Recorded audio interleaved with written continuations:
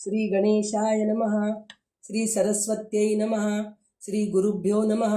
श्री कुलदेवताभ्यो नमः. श्री मातृपितृभ्यो नमः. ओम श्री परमात्मने नमः. ओम श्री रामचंद्राय नमः. वक्रतुंड महाकाय सूर्यकोटी समप्रभ निर्विघ्नं कुरु मे देव सर्वकार्येषु सर्वदा. सरस्वती नमस्तुभ्यं वरदे कामरूपिणी विद्यारंभं करिष्यामि सिद्धिर्भवतु मे सदा. गुरुर्ब्रह्मा गुरुर्विष्णू गुरुर्देवो महेश्वरा गुरुः साक्षात् परब्रह्म तस्मै श्री गुरवे नमः. सर्वतीर्थमयी माता सर्वदेवमय पिता मातरं पितरं तस्मात् सर्वयत्नेन पूजयेत्. श्री गणेशाय नमः. एकवीरा महामाया पार्वती गिरिशाप्रिया गौरी कराली किंकाली विष्काली च महाप्रिया भैरवी उमा रमा चंडी महालक्ष्मी कुलेश्वरी महासरस्वती दुर्गा मृडाणी चंडिकांबिका आर्या दाक्षायणी चैव गिरिजा मेनकात्मजा. रणे राज्य भवे दूते विवादे प्राणसंकटे नदी प्रतरणे घोरे सर्वत्र विजयो भवेत्. नामाष्टां दशकं चैव प्रातरुत्थ्यातयः पठेत् तस्य गृहे भयं नास्ति व्याधिभ्यश्च तथैव च. दुर्गातीं तारिणीं घोरा दधाति च प्रजापशुं सिद्धिकामो लभे सिद्धि पठे स्तोत्रम् इदं शुभं. प्राप्नोति च स्थिरां लक्ष्मीं सता रोगच्च मङ्गलम्. आदिष्ठवान् यथा स्वप्ने मार्कण्डेय मुनि स्वयं भक्त्या नित्यं स्तोत्रं पठेत् भक्तिसमन्विता प्राप्नोति देवी सायुज्यम् एकवीरा प्रसादता. इति श्री एकवीरा देवी स्तोत्रं सम्पूर्णम्. चरितं रघुनाथस्य शतकोटि प्रविस्तरम् एकैक अक्षरं पुंसां महापातकनाशनम् आपदामपहर्तारं दातारं सर्वसम्पदां लोकाभिरामं श्रीरामं भूयो भूयो नमाम्यहम्. रामाय रामभद्राय रामचन्द्राय वेदसे रघुनाथाय नाथाय सीताया पतये नमः. भर्जनं भवबीजानां अर्जनं सुखसम्पदां तर्जनं यमदूतानां राम रामेति गर्जनं पूजन्तं राम रामेति मधुरं मधुराक्षरम्. आरुह्य कविता शाखा वंदे वाल्मीकि कोकिलम्. श्री राजाधिराज रामचंद्र महाराज की जय. श्री राम जय राम जय जय राम. श्री राम जय राम जय जय राम. श्री राम जय राम जय जय राम. श्री राम जय राम जय जय राम. श्री राम जय राम जय जय राम. श्री राम जय राम जय जय राम. श्री राम जय राम जय जय राम. श्री राम जय राम जय जय राम. श्री राम जय राम जय जय राम. श्री राम जय राम जय जय राम. श्री राम जय राम जय जय राम. श्री राम जय राम जय जय राम. श्री राम जय राम जय जय राम. राजाधिराज रामचंद्र भगवान की जय. तर काल आपण रामायण कथेचा सुरुवात केलो. आपण मुख्य वाल्मिकी रामायण घेत आहोत. वाल्मिकी रामायणामध्ये काय आहे ते बघत आहोत आणि त्याच्यासोबत थोडंसं रामचरितमानस सुद्धा मध्ये मध्ये घेतलेलं आहे. कारण मला सुरुवात मी रामचरितमानसच वाचले, पण मला त्याच्यापेक्षा जास्त वाल्मिकी रामायण वाचावं असं खूप मनापासून वाटलंय, म्हणून परत वाल्मिकी रामायण सुद्धा वाचले. तर रामचरितमानस सुद्धा खूप सुंदर आहे, गोस्वामी तुलसीदासांनी लिहिलेलं. तर त्यातले पण काही प्रसंग ह्याच्यात घेतलेले आहेत. काही काही प्रसंग वाल्मिकी रामायणामध्ये नाही आहेत, तेच रामचरितमानसमध्ये आहेत. तर त्याच्यासाठी म्हणून ह्याचं आणि त्याचं दोन्ही ज्या चांगल्या वाटल्यात त्या सगळ्या, खरं तर सगळंच चांगलं आहे, पण वाल्मिकी रामायणामध्ये रामचरितमानसमध्ये जे नाही ते ह्याच्यात घेतलेली आहे. म्हणून मी दोन्ही ह्याचा थोडासा अभ्यास केला आणि तुमच्या समोर सांगायचं धाडस करत आहे. आणि काल आपण सुरुवातीला प्रस्थानत्रयी म्हणजे काय ह्याच्याबद्दल आपण ऐकलो. प्रस्थानत्रयी म्हणजे वैदिक प्रस्थान, पौराणिक प्रस्थान आणि संत प्रस्थान असे 3 प्रस्थान आहेत. तर त्या वैदिक प्रस्थानामध्ये उपनिषद, ब्रह्मसूत्र, भगवद्गीता याच्याबद्दल आपण बरेच गोष्टी ऐकलो. आणि त्यानंतर पौराणिक प्रस्थाने म्हणजे महाभारत, रामायण आणि भागवत याच्याबद्दल थोडं थोडं ऐकलो आपण. त्यानंतर संतांची प्रस्थाने म्हणजे आपल्याकडे जे संत आहेत त्यांनी लिहिलेले ग्रंथ वाचल्याने काय होतं हे सगळं आपण बघितलो काल. तर त्यात आपण रामदास स्वामींचं, ज्ञानेश्वर महाराजांचं, तुकाराम महाराजांचे सगळ्यांच्या बद्दल थोडंसं आपण बघितलेलं आहे. तर ह्या 3 प्रस्थानांनी काय होतं तर वैदिक प्रस्थानांनी आचार मिळतो आणि पौराणिक प्रस्थानांनी विचार मिळतो, पण संतांच्या प्रस्थानांनी साक्षात्कार होतो. हे सगळं आपण काल बघितलो. त्यानंतर रामायण महात्म्य सुरुवात केलो आपण. रामायण महात्म्य म्हणजे जसे की आपण कोणतेही गोष्ट कळून घ्यायचं आहे किंवा जायचं आहे तर त्याच्याबद्दल आपण पहिले विचारपूस करतो. कुठल्या गावाला जायचंय समजा तर ह्याच्या आधी कोणी गेले आहेत का त्यांच्याजवळ जातो, त्यांच्याकडून विचारपूस करतो. आजकाल त्याची गरज नाहीये, कोणाला विचारपूस करत म्हणजे माणसांची गरजच नाहीये. प्रत्येक गोष्टीला आपल्याला गुगल सर्च हे खूप सोपं झालेलं आहे. तर त्याच्यातून बघून आपण सगळं माहिती गोळा करतो. माहिती गोळा करून मग तिथे जातो आपण. म्हणजे तिथे काय बघण्यासारखं आहे आणि किती पैसे लागतात, गाडीने किती प्रवास करावा लागतो, कोणत्या गाडीने जावं का, बसने जावं का, हे सगळं आपण विचार करून मग जातो. त्याचप्रमाणे आता आपल्याला रामायणाचा प्रवास करायचा, वाल्मिकी रामायण कथेचा प्रवास करायचा. तर वाल्मिकी कथेचा प्रवास करायचा म्हणजे त्यात काय आहे हे पहिले आपण बघावं लागतं. म्हणून नारद मुनी, सूत मुनी, हे सगळे सूत मुनी सगळ्या ऋषीमुनींना सांगितले की रामायणामध्ये काय आहे आणि रामायण कथा वाचल्याने आपल्याला काय फायदा होते हे आपल्याला सांगितलेलं आहे. तर सुरुवातीला रामायण महात्म्य हे बघितलो आपण. म्हणजे रामायण वाचल्याने काय होते, मनाला शांती मिळते, घरातले संकट दूर होतात, हे सगळ्या गोष्टी आपण बघितलो. पण आता आज आपण काय ऐकणार आहोत म्हणलं तर सुरुवातीला कोणत्या महिन्यात रामायण कथेचा जर पारायण केलं, नवाह पारायण म्हणजे 9 दिवसाचं पारायण. म्हणजे कसं, प्रतिपदेपासून नवमीपर्यंत हे पारायण करायचं असतं. तर नवमीच्या दिवशी विशेष म्हणजे चैत्र महिन्यात असतो. चैत्र महिन्यातच का म्हणून म्हणलं तर रामनवमी हे चैत्र महिन्यात शुद्ध ह्याच्यात असतो, पक्षात असतो, शुद्ध पक्षात असतो. तर त्याच्यासाठी म्हणून ते प्रतिपदेपासून नवमीपर्यंत रामजन्म त्या दिवशी असतो, म्हणून तेव्हा वाचणं महत्वाचं असतं. तर त्यासाठी म्हणून पहिले आपण चैत्र महिन्यात कथा वाचले तर काय फळ मिळते हे आपण कथा ऐकूया. तर सुरुवातीला नारद मुनी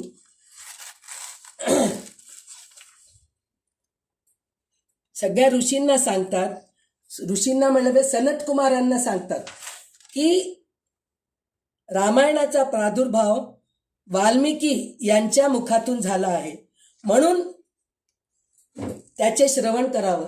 कारण काय, वाल्मिकी ऋषींच्या मुखातून झालाय म्हणून म्हणलं तर व्यास ऋषी हे जन्मताच चांगल्या घराण्यात जन्मले. ते पराशर ऋषींचे पुत्र आहेत ते, म्हणजे त्यांचा जन्मच खूप चांगल्या परिवारात झालेला आहे.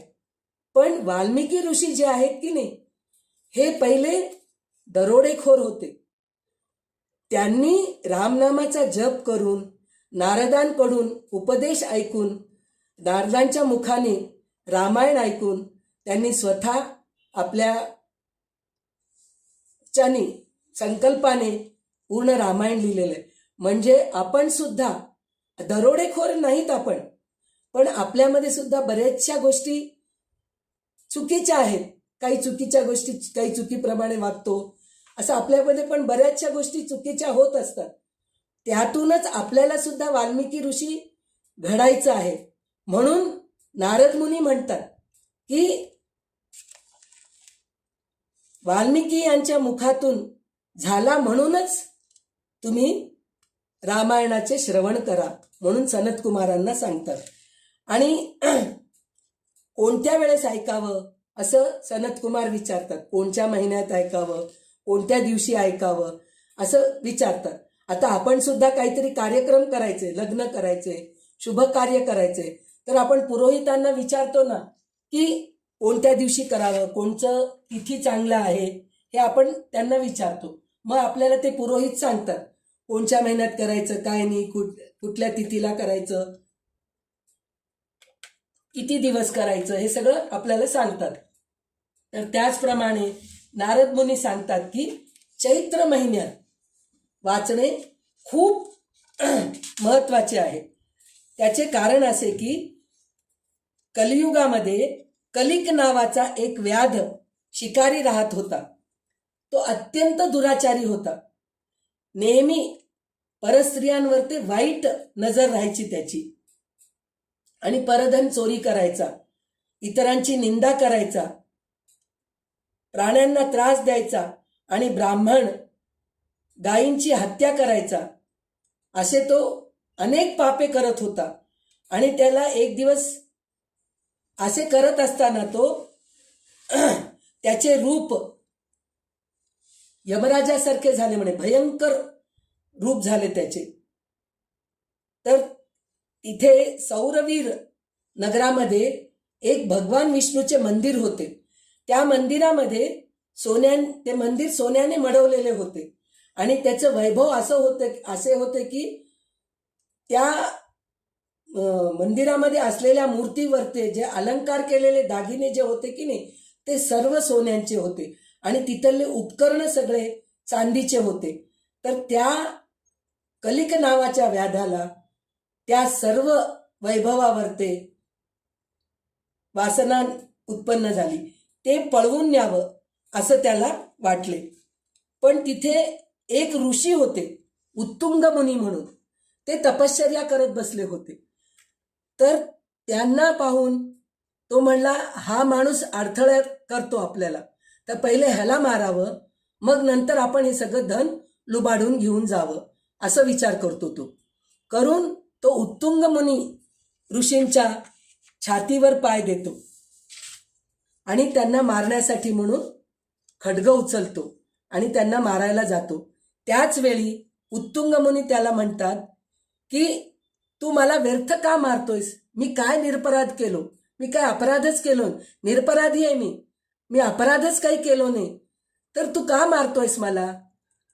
जो माणूस दुसऱ्यांचा अपमान आणि शिव्या सहन करूनही क्षमाशील असतो, तो उत्तम पुरुष असतो. तसा मी आहे. मी उत्तम पुरुष म्हणून मोठेपणाने सांगत नाही, पण तू मला त्रास दिलास तरी हरकत नाही, पण तू का मारतोस हे पहिले मला सांग, म्हणून म्हणतो. म्हणल्यानंतर दुसऱ्यांकडून दुःख आणि कष्ट मिळूनही कोणाशी वैर करत नाही मी. जसे चंदनाच्या वृक्षावर कुऱ्हाडीने घाव घातले तर कुऱ्हाडीला त्रास होत नाही, उलट त्या कुऱ्हाडीला चंदनाचाच वास येतो. त्याचप्रमाणे तू मला मारण्यात काही अर्थच नाहीये. का मारतोयस तू आणि दुसऱ्यांचे धन लुबाडतोयस तू? त्याचे कारण काय? तर त्यावेळेस तो म्हणतो की मी माझ्या संसाराचं उपजीविका म्हणून हे सर्व मी करत असतो.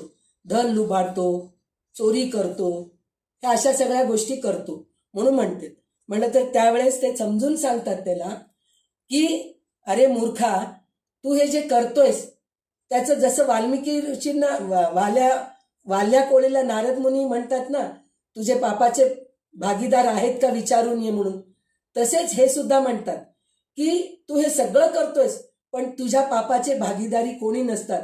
जो वेळेसपर्यंत तुझ्या अंगामध्ये शक्ती आहे, पैसा आहे, धन आहे, तो वेळेसपर्यंत तुझे नातेवाईक, मुलं बाळ, पत्नी सगळेजणी तुझ्या सोबत राहतात. नंतर सगळे तुला सोडून निघून जातात. त्यासाठी तू हे करणं चुकीचं आहे असं म्हणून सांगतात. तर त्यावेळेस त्याला थोडीशी भीती वाटते आणि तो म्हणतो खरंच आहे, हे ऋषी जे सांगतायत ना याच्यावर थोडं विचार करायला पाहिजे आपण, असं त्याचे विचार बदलतात थोडेसे. तर ह्याचं भजगोविंदमध्ये किती सुंदर शंकराचार्यांनी लिहून ठेवलेलं आहे पा श्लोक. यावद वित्तो पार्जन सक्तः तावन निज परिवारो रक्तः पश्चात जर्जर देहे वार्ता कोपी न पृच्छती गेहे. म्हणजे जो वेळेसपर्यंत तुझा जो पैसा धन शक्ती आहे तो वेळेसपर्यंत सगळे तुझ्या सोबत आहेत, नंतर तुला सगळे सोडून निघून जातात. यावत पन्नो निवसित देहे तावत पृच्छती कुशलः गेहे गतवती वयो देहापाये भार्या बिभ्यती तस्मिन काय. म्हणजे पत्नी सुद्धा स्मशानापर्यंत सुद्धा येत नाही तुझ्या सोबत, उंबरठ्यापर्यंतच असते तुझ्या सोबत. जो वेळेस पैसा आहे, पैसा अडका आहे, संपत्ती आहे किंवा काय म्हणतात त्याला शक्ती आहे, तो वेळेसपर्यंतच तुझ्या बरोबर असतात, त्याच्यानंतर कोणी राहत नाही असं म्हणून ते म्हणल्यानंतर त्यावेळेस त्या व्याधाला थोडीशी उपरती होते आणि तो म्हणतो, उत्तुंग मुनीला म्हणतो, खरोखरच तुम्ही म्हणलेले मी कधीच विचार केलो नाही आहे. ही सत्य परिस्थिती आहे की जो वेळेसपर्यंत पैसा आहे, कारण मी माझ्या वडिलांना सुद्धा बघितलो, त्यांच्याजवळ जितके दिवस पैसे होते तितके दिवस सगळे त्यांच्या सोबत होते, त्यानंतर सगळे त्यांना सोडून निघून गेले. हे असंच होतं, हे आता मला कळतंय. तर तुमच्या सहवासात राहिल्यामुळे मला हे सगळं कळाले आणि जे मी काही सर्व अपराध केलो त्याला तुमच्याबरोबर जे अपराध करत आहे त्याला मला क्षमा करा म्हणून सांगतोय. आणि मी आयुष्यामध्ये जे मोठी मोठी अपराध केलो ना, ते अपराध निघून जावं, पाप नष्ट व्हावं, म्हणजे मी काय करावं. तर त्यावेळेस उत्तुंग ऋषी म्हणतात की रामनामाचा जप कर आणि रामायणाचा नवाहन पारायण कथा 9 दिवसात ऐक. आणि तेव्हा चैत्र मास सुरू झालेला असतो, प्रतिपदाच असते त्या दिवशी. तर त्या दिवशी तो व्याध उत्तुंग ऋषींना म्हणतो की तुम्हीच मला रामायण सांगा, तुमच्या मुखानेच मी ऐकतो. तर त्यावेळेस उत्तुंग ऋषींनी त्याला चैत्र महिन्याच्या प्रतिपदेपासून नवमीपर्यंत रामायण सांगतात आणि तो एका ठिकाणी बसून व्यवस्थित ऐकतो आणि त्याला स्वर्गगती प्राप्त होते. आणि तो 9व्या दिवशी पूर्ण कथा ऐकल्यानंतर त्याच्यासाठी म्हणून देवदूत पार्षद, देवांचे पार्षद विमान घेऊन येतात आणि त्याला घेऊन जातात. घेऊन जात असताना तो देवांना प्रार्थना करतो. तर त्यावेळेस हे प्रसंग पाहून सगळे देव स्वर्गातून पुष्पवृष्टी करतात उत्तुंग ऋषींच्यावर. तर हे पाहून त्या व्याधाला सुद्धा आनंद होते आणि तो त्यांच्या चरणावर नतमस्त होतो आणि 3 प्रदक्षिणा करतो त्यांना आणि करून तो परत विमानामध्ये बसतो. आणि ते विमान साधं सुद्धा नाहीये, ते कसं विमान आहे म्हणून म्हणलं तर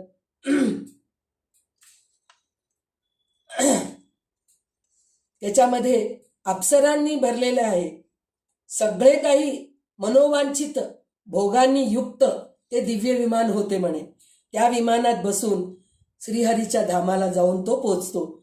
यासाठीच सर्व ऋतूंमध्ये रामायण श्रवण हितकारक मानले जाते, परंतु विशेषतः चैत्र महिन्यात रामायण ऐकणे अत्यंत पुण्यदायी आणि श्रेष्ठ मानले गेले आहे.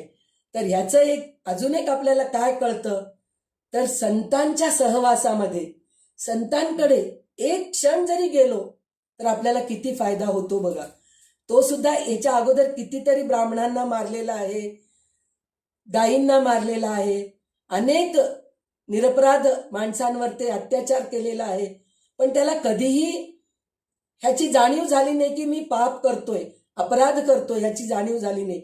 पण संत होते, हे ऋषी होते, उत्तुंग ऋषी होते, त्यांच्याकडे गेल्यानंतर त्याला उपरती झाली. म्हणजे काय, सत्संगत्वे निस्संगत्वम, निस्संगत्वे निर्मोहत्वम, निर्मोहत्वे निश्चलतत्वम, निश्चलतत्वे जीवनमुक्ता. म्हणजे एक क्षण जरी संतांकडे गेलो आपण आणि सत्संग केलो त्यांच्यासोबत तर आपण निस्संग होतो, म्हणजे संसारातून मुक्त होतो. संसारातून मुक्त होतो, मी नेहमी हेच गोष्ट सांगते की संसारातून मुक्त होतो म्हणजे घर सोडून पळून जायची गरज नाही आपल्याला, घरात राहूनच निस्संग राहू शकतो आपण. नंतर त्यामुळे काय होतं, निस्संग राहिल्याने मोह निर्माण होत नाही. म्हणजे काय, प्रत्येक गोष्टीची काळजी, भविष्याची काळजी, या सगळ्या गोष्टीच आपल्याला राहत नाहीत आपण. तर ते निर्मोह झालं म्हणजे निघून गेलं म्हणलं की निश्चलच होत, म्हणजे स्थिर बुद्धी होते, चंचल बुद्धी राहत नाही. चंचल बुद्धी म्हणजे काय, भविष्यात काय होते की काय माहीत नाही, मला कोण बघतात की नाही, माझे मुलं सुना बघतात की नाही, शेवटी माझं मरण कुठं येतं माहीत नाही, मला मुलगी जवळ असती का, नातवंड जवळ असतात का माझ्या, हे नाही ते विचार आपल्या डोक्यात येत असतात. दवाखान्याला रात्री जर मला काही झालं तर माझ्या मुलाला त्रास होईल, असे काही की विचार येत असतात आपल्या डोक्यामध्ये. तर ते विचार न येता आपण स्थिर राहतो, निश्चल होऊन जातो. मग निश्चल झाल्यानंतर जीवनमुक्त होऊन जातो आपण, म्हणजे जीवनातून मुक्ती होते आपली आणि चांगल्या मार्गावर जाऊन आपण पुढे आपल्याला चांगली गती मिळते. हे आपल्याला या कथेतून शिकायला मिळालेलं आहे. त्याच्यानंतर आपल्याला नारद मुनी सनत कुमारांना सांगतात की कार्तिक महिन्यात जर नवाह पारायण केले तर काय होते. तर कार्तिक महिन्याचं पण एक वैशिष्ट्य आहे. त्याच्यामध्ये काय, सत्ययुगात सौदास नावाचा एक विख्यात ब्राह्मण होता. त्याला धर्मकर्माचे सखोल ज्ञान होते. तो नेहमी धर्मपालन करण्यात तत्परच असत होता. सौदासाने ब्रह्मवादी गौतम मुनींच्याकडून गंगेच्या रमणीय तीरावर ते धर्माचा उपदेश ऐकला होता. म्हणजे गौतम मुनींकडून तो उपदेश घेतला होता आणि त्यांच्याकडून बरेचसे ज्ञानाच्या गोष्टी शिकला आणि तो साधना उपासना करत राहायचा. तर एकदा काय होते, तो गंगेच्या तीरेवर ते शंकराची उपासना करत असतो. तर त्यावेळेस गौतम मुनी अचानक येतात तिकडे. अचानक आल्यानंतर काय होतं, त्याचे लक्ष जात नाही त्या गुरूंकडे.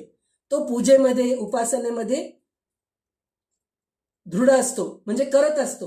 तर त्यावेळेस गौतम मुनींना आनंद होतो की माझा शिष्य किती तल्लीन होऊन भगवंताची पूजा करत आहे आणि भगवंताच्या ध्यानामध्ये आहे, याचा त्यांना खूप आनंद होतो.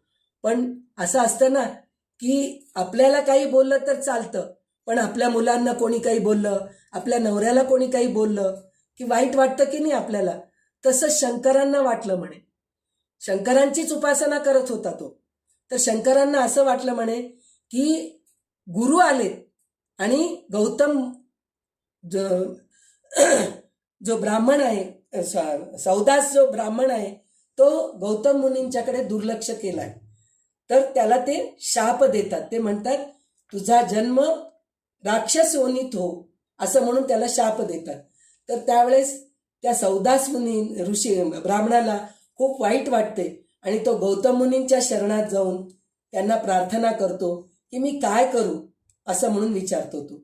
आणि ते म्हणतात भगवान शंकरांनी दिलेला शाप आहे, त्याला मी काही करू शकत नाही, पण त्याचं थोडंसं मी हे करतो की तुला हे त्रास 12 वर्षच राहतील, जास्त दिवस राहत नाही. तर ते 12 वर्ष तू राक्षस योनीमध्ये राहशील आणि नंतर तू परत मानवामध्ये येशील. पण ते कशामुळे होईल, म्हणजे तुला रामायण कथा ऐकायला मिळाले तर तुला मानव योनी मिळेल, असं म्हणून ते त्याला सांगतात. तर त्यावेळेस तो सौदास राक्षस योनीत जातो आणि ते एकदा राक्षस योनीमध्ये गेल्यानंतर राक्षस वृत्तीच असते. माणसांना त्रास देणे, माणसांना मारणं, हे सगळ्या गोष्टी तो करत असतो. जनावरांना मारणं, हिंसा करणं, चोरी करणं, हे सगळं काही करतो तो. तर त्यावेळेस ते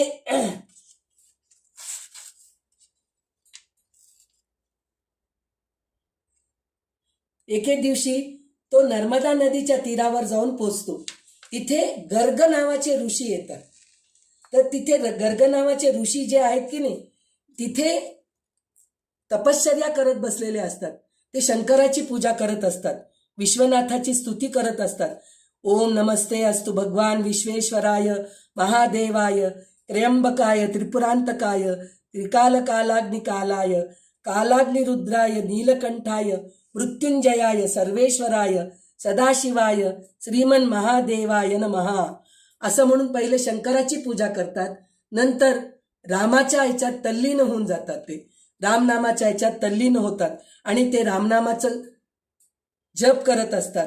रामाय रामभद्राय रामचंद्राय वेदसे रघुनाथाय नाथाय सीताया पतये नमः.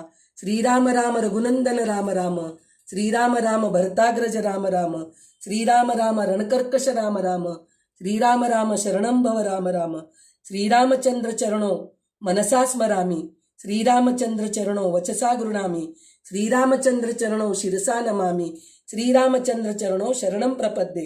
रामो राजमणि सदा विजयते, रामं रमेशं भजे, रामेणाभियता निशाचरचमुं, रामाय तस्मै नमः.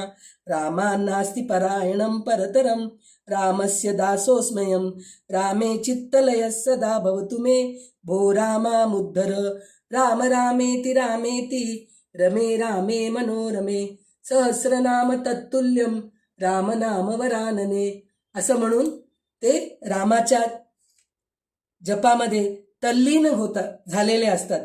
तर त्यावेळेस तो जो सौदास ब्राह्मण राक्षस योनीमध्ये असतो, त्याला त्या गर्ग मुनींना बघून आनंद होतो आणि तो म्हणतो की आज मला मस्त भोजन मिळणार आहे, याचा आपण वध करूया आणि मस्त भोजन करूया म्हणून विचार करतो. म्हणून त्याच्याजवळ तो जात असतो, तर त्याला तिथे जाऊ देत नाही. तो जो राक्षस असतो ना, सौदास राक्षस योनीमध्ये गेलेला असतो, त्याला ते गर्गमुनीजवळ जाताच येत नाही. म्हणजे ते जे रामनामाचं गजर चालू आहे, मंत्र चालू आहे, नामजप चालू आहे, त्याच्यामुळे तिथं जाऊच शकत नाही. तर त्याला आश्चर्य वाटते की सगळे लोक मला बघून घाबरून पळून जातात, पण हे पहिल्यांदा असं झालेलं आहे की मी त्या मुनींकडे जाऊ शकत नाहीये. काय विचित्र आश्चर्य आहे असं त्याला वाटतं. म्हणजे काय, भर्जनम भव बीजानाम अर्जनम सुख संपदाम तर्जनम यमदूतानाम राम रामेति गर्जनम म्हणून म्हणतात. म्हणजे यमदूत सुद्धा रामनामाच्या नावाने घाबरून पळून जातात. तर हा कोण? हा तर साधा राक्षस आहे. तर त्या गर्गमुनी रामाचं नाव घेत असल्यामुळे तो त्यांच्याकडे जाऊ शकत नाही. त्यावेळेस ते गर्गमुनींना तो नमस्कार करतो दुरूनच आणि त्यांना विचारतो की मी तुमच्याजवळ येऊ शकत नाही, त्याचे कारण काय आहे? तर त्यावेळेस ते म्हणतात की रामनामाचा जप केला तर असा आपल्याला उत्तम हे मिळतात. तर ह्याच्यावरती आपल्याला कथा आहे, हे सत्य आहे का काय माहीत नाही, पण व्हॉट्सॲपवर आलेले कथा आहे की एकदा एक मुलगी मध्यरात्री जेव्हा ती मध्यरात्री नोकरी करून ड्युटी करून ती 12-1 वाजता तिच्या घराला जात असते, तर तिला रस्त्यावरच रिक्षावाला सोडून देतो आणि ती तिच्या गल्लीतून म्हणजे ज्या छोट्या बोळीतून येत असते. तर त्यावेळेस ती रामरक्षा म्हणत येत असते. तर त्यावेळेस काय होतं, 3-4 मुलं येतात, गुंड मुलं येतात तिला मारण्यासाठी, तिला त्रास देण्यासाठी म्हणून ते मुलं येतात. तर त्यावेळेस त्या मुलांना 2 मोठे माणसं दिसले त्यांना आणि ते माणसं त्या मुलांना तिच्याकडे येऊ देत नाहीत. तर ती घाबरून जाती पहिले त्या मुलांना बघून की हे मुलं मला आता काहीतरी करणारच आहेत. पण तिला एक अनुभव असा येतो की मागे कोणीतरी आहेत माझ्या, असा अनुभव येतो. पण ती मागे वळून बघायचं हिम्मतच करत नाही, कारण हे समोरून येत आहेत तर हे काय करतील या ह्याच्यामध्ये ती ते मागे वळून बघत नाही. तर त्यावेळेस ते मुलं ते घाबरून पळून जातात. पळून गेल्यानंतर दुसऱ्या दिवशी तिकडला वॉचमॅन तिला बघितलेला असतो आणि ती विचारते तू का माझ्या मदतीला आला नाहीस? तर त्यावेळेस तो वॉचमॅन म्हणतो की तुझ्या मागे 2 मोठे बॉडीगार्ड्स होते, बलाढ्य असं शक्तिशाली बॉडीगार्ड होते. माझी गरज काय? काय तुझे जे कंपनीवाले तुझ्यासोबत ते बॉडीगार्ड पाठवलेत का म्हणून विचारलं तर ती म्हणते मला काहीच माहीत नाही ह्याबद्दल. तर त्यावेळेस तो म्हणतो नाही, खरोखरच तुझ्या मागे 2 बॉडीगार्ड होते. तर त्यावेळेस तिला प्रकाश पडतो की मी रामरक्षा वाचत होते आणि खरोखरच माझ्या मागे रामलक्ष्मण माझे बॉडीगार्ड म्हणून माझ्या मागे, माझे रक्षक म्हणून माझ्या मागे राहिलेत. म्हणजे रामरक्षेचा आणि रामनामाचा महिमा किती महत्वाचा आहे, किती श्रेष्ठ आहे हे आपल्याला कथेतून कळतं.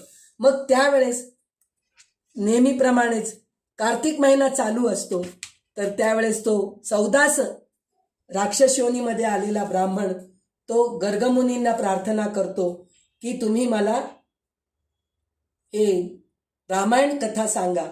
मग त्यावेळेस प्रतिपदेपासून नवमीपर्यंत रामायण कथा गर्गमुनी सांगतात आणि त्याला ह्या राक्षस योनीमधून सुटकारा मिळते आणि तो परत ब्राह्मण योनीमध्ये जातो. अशा प्रकारे रामकथेचा नवाहर पारायण केल्याने फायदा होतो असं आपल्याला या कथेमधून मिळते. आणि रामनामाचा जप केल्याने काय होतो या कथेतून आपल्याला शिकायला मिळते.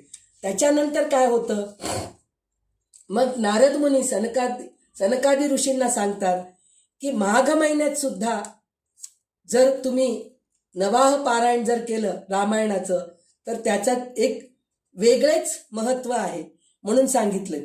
तर तेव्हा त्या कथेचा तो कथा असा आहे की त्रेतायुगामध्ये सुमती नावाचा एक राजा अतिशय प्रसिद्ध असतो. त्याचा जन्म उच्च कुळात झालेला असतो. तो 7ही द्वीपांचा एकमेव सम्राट असतो म्हणून सांगतायत. तो मनाने सदाचारी सत्यवादी धर्माने वागणारा असतो. तो नेहमी रामनाम आणि रामकथेचा सेवन करत असतो. तर त्याची पत्नी सुद्धा तशीच असते. तिचं नाव सत्यवती असते. ती पण तेवढीच सद्गुणी असते आणि ते आपल्या राज्यामध्ये अन्नदान, पाण्याचे दान, बाग बगीचे असे सगळे सत्कर्म करत असतात ते. तर एकदा त्यांच्या दरबारामध्ये विभांडक ऋषी येतात आणि ते विचारतात की तुम्हाला मी बघतो तुमचं सर्व कुटुंब नेहमी रामनामामध्येच तल्लीन असतात, रामकथेमध्ये तल्लीन असतात. दरवेळेस तुमच्या दरबारामध्ये रामकथा चालू असते, रामनामाचा जप चालू असतो, कीर्तन चालू असते. याचं कारण काय म्हणून ते विचारतात.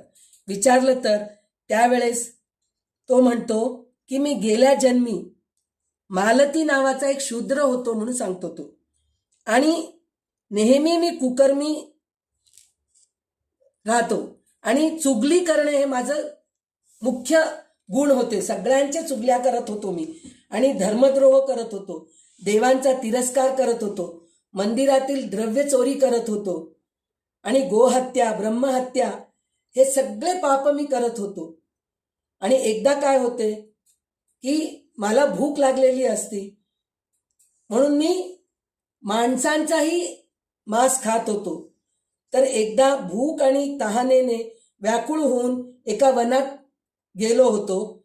तेथे दैवयुगाने वशिष्ठ ऋषींचा आश्रम माझ्या नजरेस पडले. तर त्या आश्रमाजवळ सुंदर सरोवर होते म्हणे. त्या सरोवराच्या चारी बाजूंनी फळांची फुलांची वृक्ष होते भरलेली. तर त्या फळे फुलांच्या वृक्षांना बघून आणि सरोवराला बघून मला खूप आनंद झाला. म्हणतो ना दररोज 8-10 दिवस आपण जर गोड गोड खाल्लो तर घरचं साधावरण भात छान वाटतं आपल्याला, किंवा लोणचं भात खाऊ असं आपल्याला वाटतं.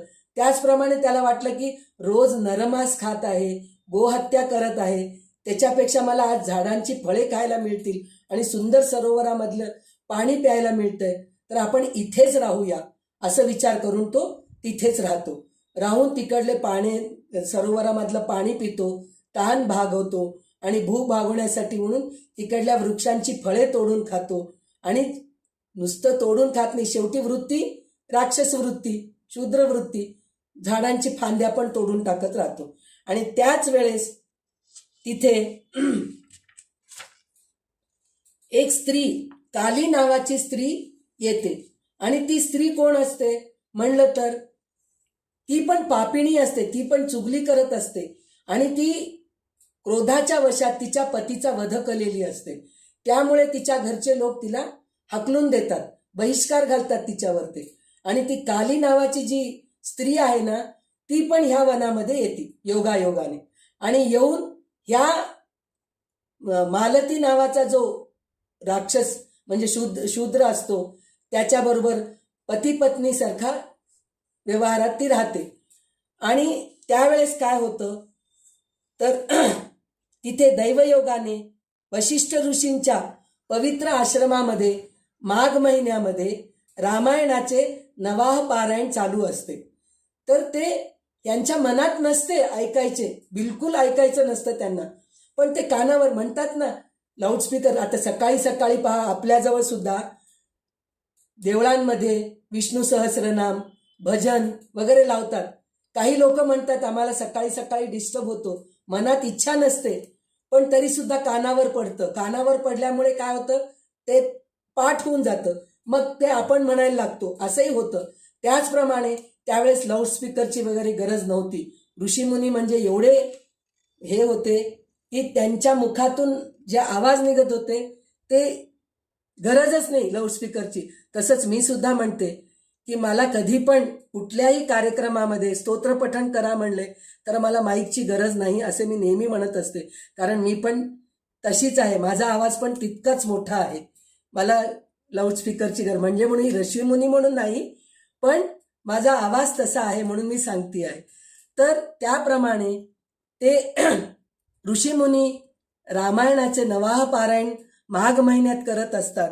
तर त्यावेळेस ह्या दोघांच्या कानावर ते पडते. पडल्यानंतर त्यांना त्या श्रवणाच्या पुण्याने देवांनी देवदूत पाठवले. म्हणजे विचार करा, का बरं बाबा इतके पापे करून एवढं हे करून अत्याचार करून ह्यांनाच देवदूत येऊन घेऊन जायला कशाला येतात. आपण हे भागवतामध्ये सुद्धा गोकर्ण महात्म्य ऐकलो आपण.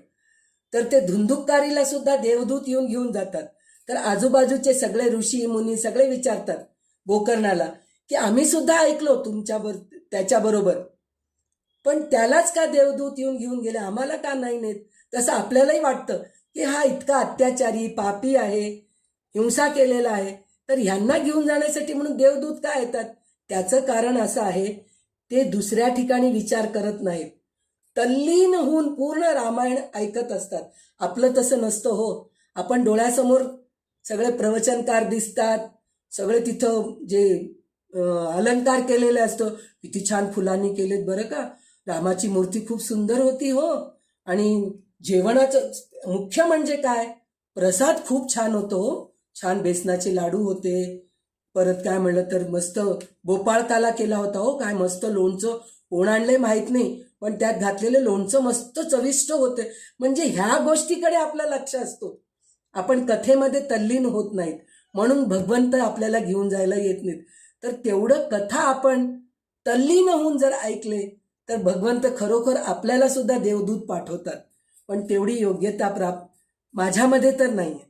तर ह्याच्यासाठी म्हणून त्या दोघांना मनापासून ते ऐकले, म्हणजे इच्छा नसताना सुद्धा लक्ष पूर्ण तिथं देऊन ऐकले, त्याच्यासाठी म्हणून देवदूत येऊन त्यांना घेऊन जातात. तर मनापासून रामायण ऐकले नाहीत म्हणजे काय, इच्छा नसताना सुद्धा ऐकावं लागलं तरच एवढं पुण्य मिळालं आम्हाला. तर मनापासून जर खरोखर चांगल्या ह्याच्याने जर करत गेलो तर अजून किती छान फळ मिळतं. म्हणून आम्हाला ते दोन जे योनी होते की नाही, जे मालती आणि काली पुरुष, मालती आणि काली ही स्त्री, हे दोघं राक्षस वृत्तीचे जे होते की नाही, त्यांना रामायण कथा ऐकल्याने दुसरा जन्म राजा आणि राणीचा आला, चांगल्या घरामध्ये आला. म्हणून त्यांनी घरामध्ये नेहमी कीर्तन प्रवचन सत्संग. तर ह्याचं कारण आपण म्हणतो ना, काही काही लोकांकडे पहा किती छान सतत त्यांच्याकडे काहीतरी कार्यक्रम होतच असतो पहा. कधी गजानन महाराजांची पोथीच होते, कधी अक्कलकोट स्वामी महाराजांचीच पोथी चालू असते, कधी गणपती अथर्व शीर्षचा कार्यक्रम ठेवतात, कधी श्री सूक्तचा कार्यक्रम ठेवतात, कधी आमच्यासारख्या ललिता सहस्रनाम ललिता स्तोत्र मंडळच्या भगिनींना बोलावून स्तोत्र म्हणायला लावतात. म्हणजे ते गेल्या जन्मीचे जे पुण्य केलेले असतात ना, त्या पुण्याचे फळ ह्या जन्मामध्ये त्यांना लाभलेले असते. म्हणून त्यांच्या घरात सतत सत्कर्म शुभ कार्य होत असते. म्हणून एक गोष्ट लक्षात ठेवायला पाहिजे की मनापासून ऐका. आपल्याला देवदूतच घेऊन जायला यावं ही इच्छा ठेवू नये आपण, पण मनापासून जर कथा श्रवण केलो तर पुढचा जन्म तरी ह्या जन्मापेक्षा खूप चांगला येतो. हे आपल्याला ह्या कथामधून शिकायला मिळते. तर त्याच्यासाठी म्हणून नारद मुनी सनत कुमारांना हे 3 गोष्टी सांगतात. चैत्र महिना, कार्तिक महिना आणि माघ महिन्यात जर हे कथा श्रवण केले, रामायणाचे कथा श्रवण केले तर आपल्याला भरपूर पुण्य मिळतो आणि शेवटी परमपदाला पोचतो आपण, असे ते त्यांना सांगतात. तर हे झाल्यानंतर सनत कुमारांनी नारद मुनींना विचारले, आत्तापर्यंत तुम्ही रामायण वाचन केल्याने, श्रवण केल्याने काय फळ मिळते हे सांगितलं, पण पारायणाचं विधी काय आहे हे सांगा म्हणून म्हणतात ते. तर त्यावेळेस नवाह पारायण म्हणजे पारायणाचे 9 दिवसात भक्तिभावाने श्रवण करणे हे आहे सगळ्यात पहिले. आणि त्यात चैत्र, माघ आणि कार्तिक महिन्यात शुक्ल पक्षात अत्यंत पुण्यदायी मानले जाते म्हणून सांगितलेलं आहे. तर प्रारंभाची तयारी कशी करावी म्हणजे हे सगळ्यांना माहीत आहे, पण रामायणामध्ये लिहिलेलंच आहे ना, महात्म्यामध्ये लिहिलेलं आहे, तर ते मला सोडता येत नाही, तर थोडं आपल्याला सांगावंच लागतं ह्या गोष्टी. तर प्रारंभाची तयारी म्हणजे काय, घर स्वच्छ करून घ्यावं, पूजेसाठी पवित्र जागा निवडावी आणि महत्वाचे म्हणजे सगळ्यांना बोलवावं. खरं तर एकांत आपण स्वतः करणं खूप महत्वाचे आहे, पण ह्याच्यात आपला स्वतःचाच उद्धार होतो. जर आपण काही कार्य रामायण, भागवत काही करत असलो तर तुम्ही प्रसाद काय देतात ह्याच्यापेक्षा एक मिनिट आपल्यासोबत सगळ्यांचे उद्धार होते, ह्या गोष्टीकडे आपण लक्ष द्यायला पाहिजे. म्हणून सगळ्यांना बोलवावं आणि नंतर काय करावं, राम, सीता, लक्ष्मण, हनुमान यांची प्रतिमा, मूर्ती स्थापन करावी. त्यानंतर रामायण ग्रंथ ठेवावा, कलश स्थापना करावे आणि दीप, अगरबत्ती, फुले, नैवेद्य तयार ठेवावे. नंतर काय करायचं, संकल्प करायचं. पहिल्या दिवशी स्नान करून शुद्ध वस्त्र परिधान करून, सवळं याच्यात महत्वाचं नाहीये, शुद्ध मन शुद्ध आणि कपडे शुद्ध, वस्त्र शुद्ध हे राहायला पाहिजे. आणि असे संकल्प करायला पाहिजे की मी रामायण कथा स्वतः ऐकतो आणि दुसऱ्यांना पण ऐकवतो आणि सगळ्यांचाच कल्याण व्हावा, असे संकल्प करून पारायणाची सुरुवात करायला पाहिजे. तर दैनंदिन पारायण 9 दिवस करायचे असते. त्यात रामायण 7 कांडाचे असते. ते पुढील प्रमाणे विभागून ऐकायला पाहिजे. म्हणजे कसं, पहिल्या दिवशी बालकांड ऐकायला पाहिजे, दुसऱ्या दिवशी अयोध्याकांड ऐकायला पाहिजे, तिसऱ्या दिवशी अरण्यकांड, चौथ्या दिवशी किष्किंधाकांड, 5व्या दिवशी सुंदरकांड, 6व्या दिवशी युद्धकांड, पुन्हा 7व्या दिवशी पुन्हा युद्धकांडच आणि 8व्या दिवशी उत्तरकांड आणि 9व्या दिवशी संपूर्ण रामायणाचे सार, रामपट्टाभिषेक आणि आरती पूर्णाहुती करायला पाहिजे असं सांगितलेलं आहे. आणि पूजेची पद्धत कशी आहे म्हणजे पहिले गणपतीची पूजा करायला पाहिजे, मग राम, सीता, लक्ष्मण, हनुमान यांच्या मूर्तीवर अभिषेक करायला पाहिजे, रामरक्षा स्तोत्र जमल्यास 13 वेळेस म्हणायला पाहिजे आणि एकदा भीमरूपी रामनामाचा जप, श्रीराम जय राम जय जय राम, 1 माळ, कमीत कमी 1 माळ तरी करायला पाहिजे. प्रत्येक दिवशी रामकथा समाप्तीनंतर आरती, नैवेद्य अर्पण करायला पाहिजे. आणि 9व्या दिवशी किंवा 9 दिवस पारायण झाल्यानंतर 10व्या दिवशी पूर्णाहुती, विशेष पूजन, आरती, रामायण सांगणाऱ्या वक्त्याची, कथाकाराची पाद्यपूजा करून त्यांना योग्य अशी दक्षिणा द्यावी. तसेच वस्त्रालंकार द्यावे, गोदान द्यावे, भूदान द्यावे आणि जे अतिथी दररोज रामायण श्रवण करत होते त्या सर्वांना महाप्रसाद अन्नदान करावे. महत्वाचे नियम म्हणजे पारायण चालू असताना सात्विक आहार घ्यायला पाहिजे. म्हणजे कांदा लसूण अशा गोष्टी नाही खायला पाहिजे, मसाला वगैरे या अशा गोष्टी नाही खायला पाहिजे. शक्यतो ब्रह्मचर्य संयम पाळावा, खोटे बोलणे, राग, निंदा टाळावी. रोज एकाच वेळी आहार घेणे उत्तम. श्रद्धा आणि भक्ती सर्वात महत्वाची. हे सगळं जरी नाही जमलं तरी, कारण आजकाल शुगर पेशंट आहोत, बीपी पेशंट आहोत, तर आपल्याला काही गोष्टी खायलाच पाहिजे असे असतात, कारण लसूण खायला पाहिजे असं म्हणतात. तर ह्या गोष्टीकडे आपण दुर्लक्ष केलं तरी चालेल, पण श्रद्धा आणि भक्तीने कथा मात्र श्रवण करायला पाहिजे. त्यानंतर सनत कुमारांनी पुन्हा विचारले, रामायण वाचल्याने आणि ऐकल्याने काय महिमा, कोणते फल प्राप्त होते, हे आम्हाला सविस्तर सांगा.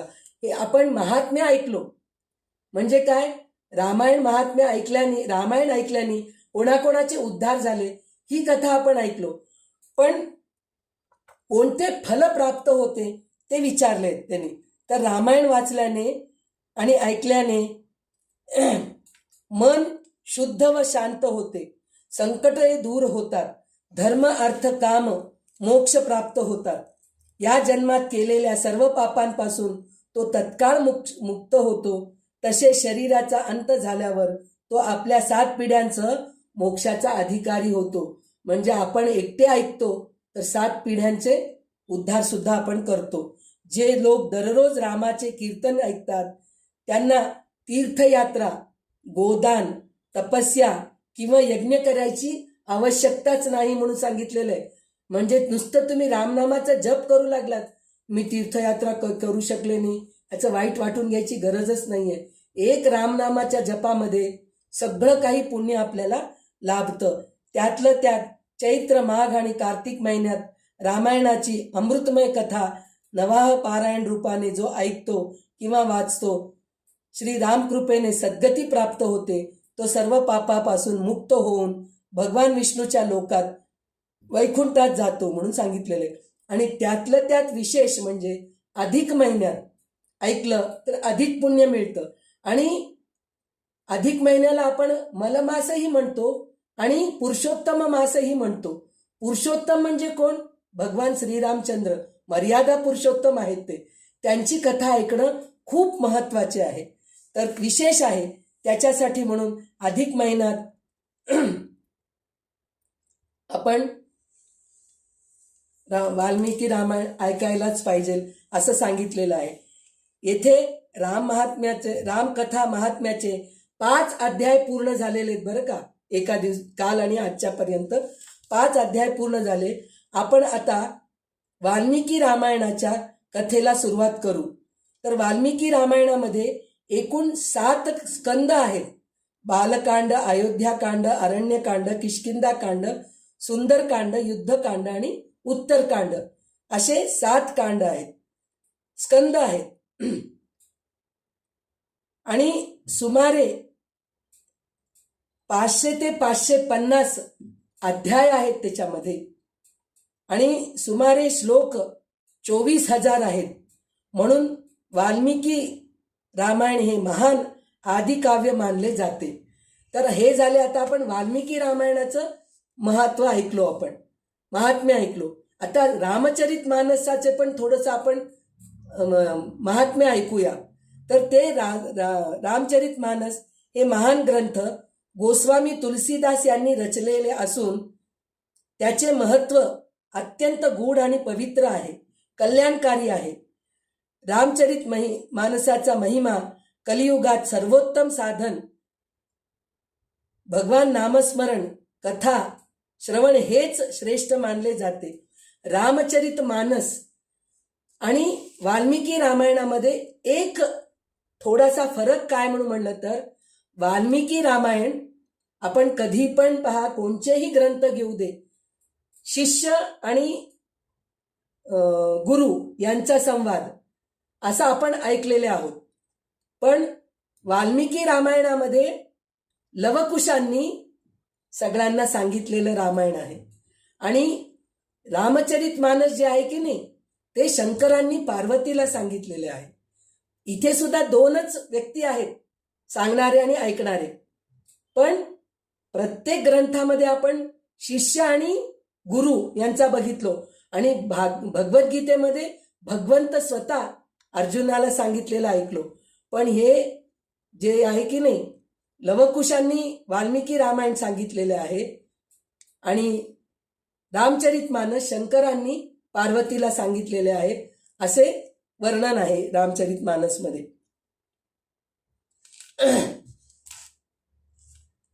रामचरितमानस हे जे पूर्ण नाव जे आहे की नाही ग्रंथाचं, त्यामध्ये 3 शब्दांनी बनलेलं आहे. रामचरित मानस असे 3 शब्दांनी बनलेले आहे. तर राम म्हणजे श्रीराम स्वतः, आदर्श पुरुष परमात्मा आहेत. चरित म्हणजे त्यांचे जीवन चरित्र, लीला कथा आहे त्याच्यामध्ये. आणि मानस म्हणजे मन आणि हृदय. म्हणजे हे रामचरित जर ऐकले तर आपले मन आणि हृदय एकदम आनंदून जातात, आनंद होतो, हर्ष होतो. म्हणून ह्याला रामचरितमानस असे म्हटले आहे. आणि याचे अजून एक अर्थ असा आहे की रामचरितमानस या नावातील मानस या शब्दाचा अर्थ मानस सरोवर असा सुद्धा होतो. आपण मानस सरोवरला जाऊ शकतो का हो? नाही. एक तर पैशाच्या अडचणीमुळे आहे, गेलेले लोक बरेच आहेत, पण त्यातलं त्यात आपण साधारण मध्यमवर्गीय लोक मानस सरोवरला जाणं, कैलाश मानस सरोवरला जाणं खूप अवघड आहे. आणि त्यातलं त्यात तिथल्या पाण्याने आंघोळ करणं, कारण त्यात बोट टाकलं तरच बोट आखडून जातात म्हणतात, इतकं थंड असतं. तर त्या स्नान आपण करू शकत नाही. पण हे रामचरित कथा जर ऐकलो तर मानस सरोवरामध्ये स्नान केलेल्याचे पुण्य मिळते. म्हणून ह्या ग्रंथाचे नाव रामचरितमानस असे दिलेले आहेत.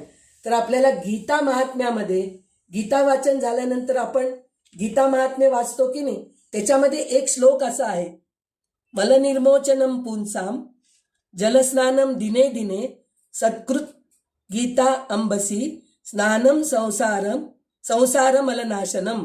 म्हणजे जसे दररोज मनुष्य पाण्याने स्नान करून साबणाने आपले शरीर स्वच्छ करून मळ दूर करतो, त्याचप्रमाणे जर गीता दररोज वाचले तर आपल्याला आपल्या अज्ञान, पाप, दुःख, संसाररूपी मळ जे आहे की नाही ते निघून जाते. त्याचप्रमाणे याचा भावार्थ असा आहे की बाह्य स्वच्छतेसाठी पाण्याचे स्नान, अंतःकरणाच्या स्वच्छतेसाठी म्हणून ज्ञानाचा, गीतेचा स्नान हे आहे. जसे भगवद्गीता या ग्रंथाला अमृतमय ज्ञानात एकदाही स्नान केले म्हणजे तिचे श्रवण किंवा अध्ययन केल्याने संसाररूपी मळ नष्ट होते. त्याचप्रमाणे रामचरितमानस याचे एकदाही श्रद्धेने श्रवण किंवा वाचन केले तरी मनातील संसारारूपी मळ निघून जाते म्हणून सांगितलेलं आहे. सुनत सुजत करत बखान रामचरित मानस फलनाना म्हणून सांगितलेलं आहे गोस्वामी तुलसीदासांनी. जो मनुष्य रामचरित मानस ऐकवतो, समजतो आणि इतरांना सांगतो त्याला अनेक प्रकारचे शुभ फळ मिळतात. रामचरित मानस या नावाचा दुसरा एक अर्थ असा आहे की श्री महादेवांनी ही कथा रचून आपल्या मनात जतन करून ठेवली. योग्य वेळ आल्यावर त्यांनी ती पार्वती यांना सांगितली. भक्तांनीही ही कथा आपल्या मनात वसवलेली पाहून प्रसन्न होऊन तिला रामचरित मानस असे सुंदर नाव देण्यात आले म्हणून सांगितलेलं आहे. तर ह्याच्यामध्ये सुद्धा 7 कांड आहेत. बालकांड, अयोध्याकांड, अरण्यकांड, किष्किंधाकांड, सुंदरकांड, लंकाकांड म्हणजे युद्धकांड, उत्तरकांड. यात दोहा, चौपाई, सोरठा, छंद अशा प्रकारची रचना केलेली आहे. दोहा सुमारे 1000 आहेत, चौपाई सुमारे 4600 आहेत आणि सोरठा व छंद काही शेकडो आहेत. एकूण मिळून साधारण 12,000 पेक्षा जास्त ओळी, पद आहेत म्हणून सांगितलेलं आहे.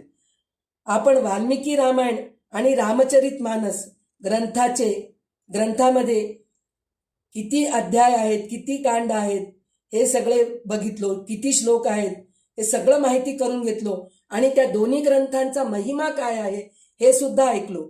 तर आता आपण रामनामाचा महिमा ऐकूया. तर आपण जेव्हा विष्णू सहस्रनाम म्हणतो त्याच्या शेवटी काही श्लोक असे आहेत, फलश्रुती झाल्यावरती केनोपाय पार्वतीओ वाच म्हणून येतो पहा.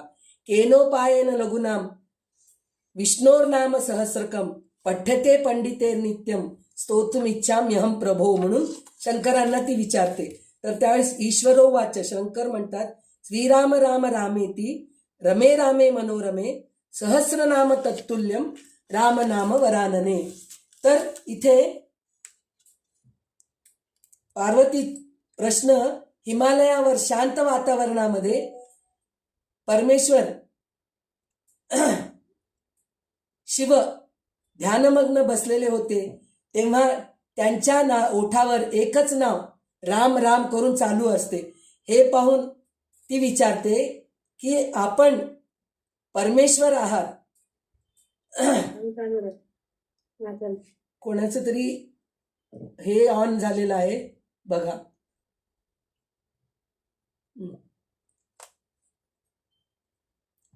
आपण राम नाम जप का करता, या नामात असे विशेष काय आहे. त्यावेळेस शिव हसून म्हणले की उमा तू अतिशय गूढ प्रश्न विचारलास. हे राम नाम साधे नाही, तेच परमतत्व आहे म्हणून सांगितलेलं आहे. तर शिव पुढे म्हणतात राम हे सगुण रूप आहे, पण राम नाम हे त्यातूनही श्रेष्ठ आहे. राम अवतार काही काळापुरता असतो, पण राम नाम हे जे आहे की नाही नेहमी असतो, कोणत्याही काळात असतो. कारण राम हे त्रेतायुगात झालेले आहेत. राम मानव रूपात आले आणि देह ठेवला, हे ते देहाने ते निघून गेले. म्हणजे राम जे शरीराने आहेत सगुण आहेत ते निघून गेले, पण त्यांचं नाम जे आहे की नाही ते नेहमीसाठी आहे, ते श्रेष्ठ आहे म्हणून त्यांनी सांगितले. आणि शिव म्हणाले उमा या कलियुगात तप यज्ञ साधना कठीण आहे, पण रामनाम जपणे अत्यंत सोपे आहे.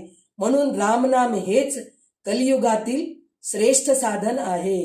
तर इथे पहा श्रीराम राम रामेती रमे रामे मनोरमे म्हणून सांगितलेलं आहे. श्रीराम राम रामेती रमे रामे मनोरमे म्हणून सांगितलंय. तर मनोरमे म्हणजे हे शिवानी उमाला संबोधून बोलले म्हणून मनोरमे म्हणून म्हटलेले आहे तिथं. आणि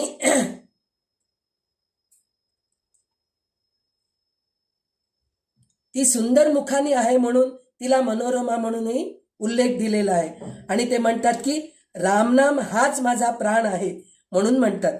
तर इथे एक दंतकथा आहे बरं का, खूप छान मजेशीर आहे ही दंतकथा. म्हणजे एकदा शिवपार्वती म्हणे जेवायला बसायचे असतात, संध्याकाळची वेळ किंवा दुपारची वेळ जेवण्यासाठी म्हणून स्वयंपाक सगळं झालेलं आहे, सगळं स्वयंपाक आणून टेबलावर ठेवलेली आहे पार्वती, आणि शिव डायनिंग टेबलवर ते वाट बघत बसतायत आणि म्हणतायत की किती वेळ झालं ही येत नाही अजूनही. तर त्यावेळेस पार्वतीला हाक मारतात शिव की हे मनोरमे लवकर ये, मला भूक लागली आहे.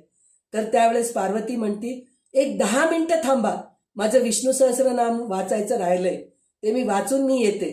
तर त्यावेळेस शिव म्हणतात अगं मनोरमे उमा, तू पूर्ण विष्णू सहस्रनाम वाचायची गरजच नाहीये. सहस्रनाम तत्तुल्यम म्हणून म्हणलेलं आहे. म्हणजे श्रीराम राम रामेती रमे रामे मनोरमे सहस्रनाम तत्तुल्यम रामनाम वरानने. ते सहस्रनाम वाचण्यापेक्षा एक रामनाम कर, तुझे सगळं विष्णू सहस्रनाम वाचल्याचे तुला पुण्य मिळते, मला पहिले तू जेवायला वाढ, असं म्हणून ते म्हणतात. म्हणजे राम नाम जप हेच महत्वाचं आहे. या आपल्याला नामाचं महिमा याच्यातून कळते. आणि त्याचा अजून एक महिमा असा आहे की ते म्हणाले की जेव्हा समुद्र मंथन चालू होतं तर त्यावेळेस त्या सर्पाच्या मुखातून विष निघाले तर सगळे देव आणि असुर हे दोघे घाबरून माझ्या शरणागती आले आणि म्हणाले की काही करा, हे विष प्राशन करा किंवा ह्या विषाचं काहीतरी करा, आम्हाला ह्या विषाकडून रक्षण द्या म्हणून त्यांनी प्रार्थना करतात. त्यावेळेस भगवान शंकर रामनामाचे जप करत असतात आणि रामनामाचे जप करत असताना त्याच वेळेस हे येऊन म्हणतात, म्हणून त्याच वेळी ते विषप्राशन करतात. ते पण ते रामनाम जप जे आहे ना कंठामध्ये असतं सतत. म्हणजे आपण म्हणतो ना वैखरी, मध्यमा, परा, पश्यंती म्हणून जे आपण सगळे हे करतो की नाही, तर हे वैखरीमधून नाही, तर इथून जे इथं मनापासून घेतात. आपण नाही श्रीराम जय राम जय जय राम, श्रीराम जय राम जय जय राम, श्रीराम जय राम जय जय राम तोंडाने म्हणत असतो, वैखरीने म्हणत असतो, पण त्याच्यापेक्षा कंठाने म्हणणं महत्वाचं आहे. तर ते कशासाठी महत्वाचं आहे, तर इथे त्याचं हे होतं की ज्यावेळेस ते कंठामध्ये रामनाम असतो त्याच्यामुळे ते विष पोटामध्ये जात नाही आणि त्यांचा कंठ पूर्ण निळा होऊन जातो. निळा होऊन गेल्यामुळे त्यांचं नाव नीलकंठ असे पडले. तर ते शम करण्यासाठी म्हणून परत ते रामनामाचं जप करतात आणि डोक्यावर चंद्र आणि गळ्यात सर्पमाळा घालतात. त्याच्याने त्यांचे ते जे दाह निर्माण झालेलं असतो की नाही ते पूर्ण शमून जाते. तर त्याच्यासाठी म्हणून रामनामाचा महिमा हे आहे. आणि अजून एक गोष्ट असं आहे की राम आणि श्रीराम याच्यामध्ये सुद्धा खूप फरक आहे बरं का. याच्या आधी मी तुम्हाला सांगितले असेल कथा, पण ही पण एक कथा आहे, दंतकथा आहे, की दंतकथानी प्रत्यक्ष घडलेली आहे असं मी ऐकले, पण मी स्वतः गेले नाही तिथं. तर एक शिष्या असती गुरुच्या आश्रमामध्ये, कितीतरी वर्षापासून तिथं सेवा करत असते, झाडणं, लोटणं, फुलं फळं तोडून आणून ठेवणं, पूजेची तयारी करणं, सगळं करत असते. तर त्यावेळेस तिचे गुरु तिला रामनाम जप करायला सांगतात. श्रीराम जय राम जय जय राम, श्रीराम जय राम जय जय राम करत सांगत असतात. तर ती त्या श्रीराम जय राम जय जय राम मध्ये इतकी तल्लीन होऊन जाते की तिला संसारामध्ये लक्ष राहत नाही, कुठल्या शरीराकडे लक्ष राहत नाही, कोणत्याच गोष्टीकडे लक्ष राहत नाही. ती इतकी तल्लीन होऊन गेलेली असती, तरी पण तिला मनाला समाधानच नसतं.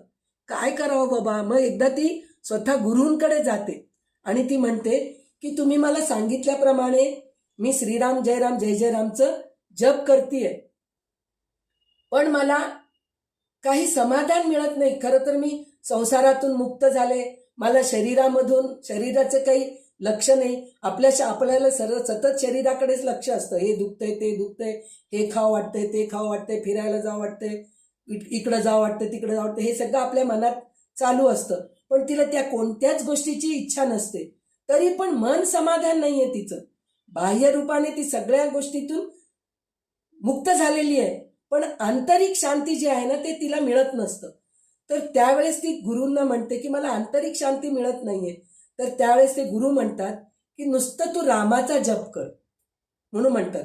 तर ती म्हणते रामाचाच जप करतेय ना मी, तर नाही, श्रीराम म्हणू नकोस तू, नुसतं राम राम राम राम म्हणत जा म्हणून म्हणतात. तर बघा तुम्ही, वाल्मिकी सुद्धा मरा मरा मरा म्हणतच राम राम राम राम राम राम करत हे केले. आणि मारुती हनुमंत सुद्धा राम राम राम रामच करतात. म्हणजे राम हे जे आहे की नाही हे आंतरिक शांती देते. श्रीराम जे आहे की नाही हे जे आहे ना, श्री बरोबर आहे, म्हणजे सीते बरोबर आहे, ऐश्वर्या बरोबर आहे, श्रीच्या बरोबर राम आहे. म्हणजे आपल्याला ऐश्वर्य, संपत्ती, बाह्य सुख सगळं मिळतं श्रीराम जय रामचं जप केल्याने. पण नुसतं राम राम म्हणल्याने आंतरिक शांती मिळते. तर त्यावेळेस ती शिष्या काय करते, तर श्रीराम म्हणायच्या ऐवजी नुसतं राम राम राम जप करते. तिला 8 दिवसामध्ये तिच्या आंतरिक शांती खूप मिळते तिला. आणि ती जाऊन गुरूंना म्हणते की काय फरक आहे यामध्ये, श्रीराम आणि रामामध्ये फरक काय. तर त्यावेळेस हेच उत्तर देतात की रामाबरोबर श्री आहे, म्हणजे संपत्ती, ऐश्वर्य हे आहे. रामामध्ये नुसतं मुक्ती आहे, मोक्ष आहे. तर राम आणि श्रीराम मध्ये हे फरक आहे म्हणून ते सांगतात. तर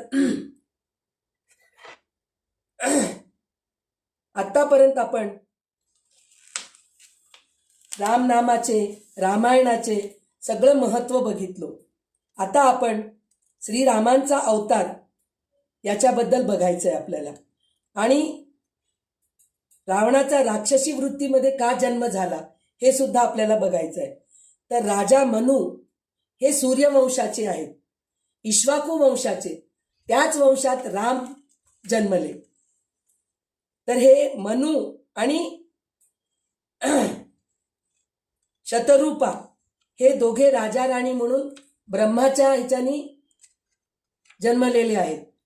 तर त्यांच्याकडूनच सगळं आपण मानवाची निर्मिती झालेली आहे. मनू म्हणजे माणूस असं झालेलं आहे.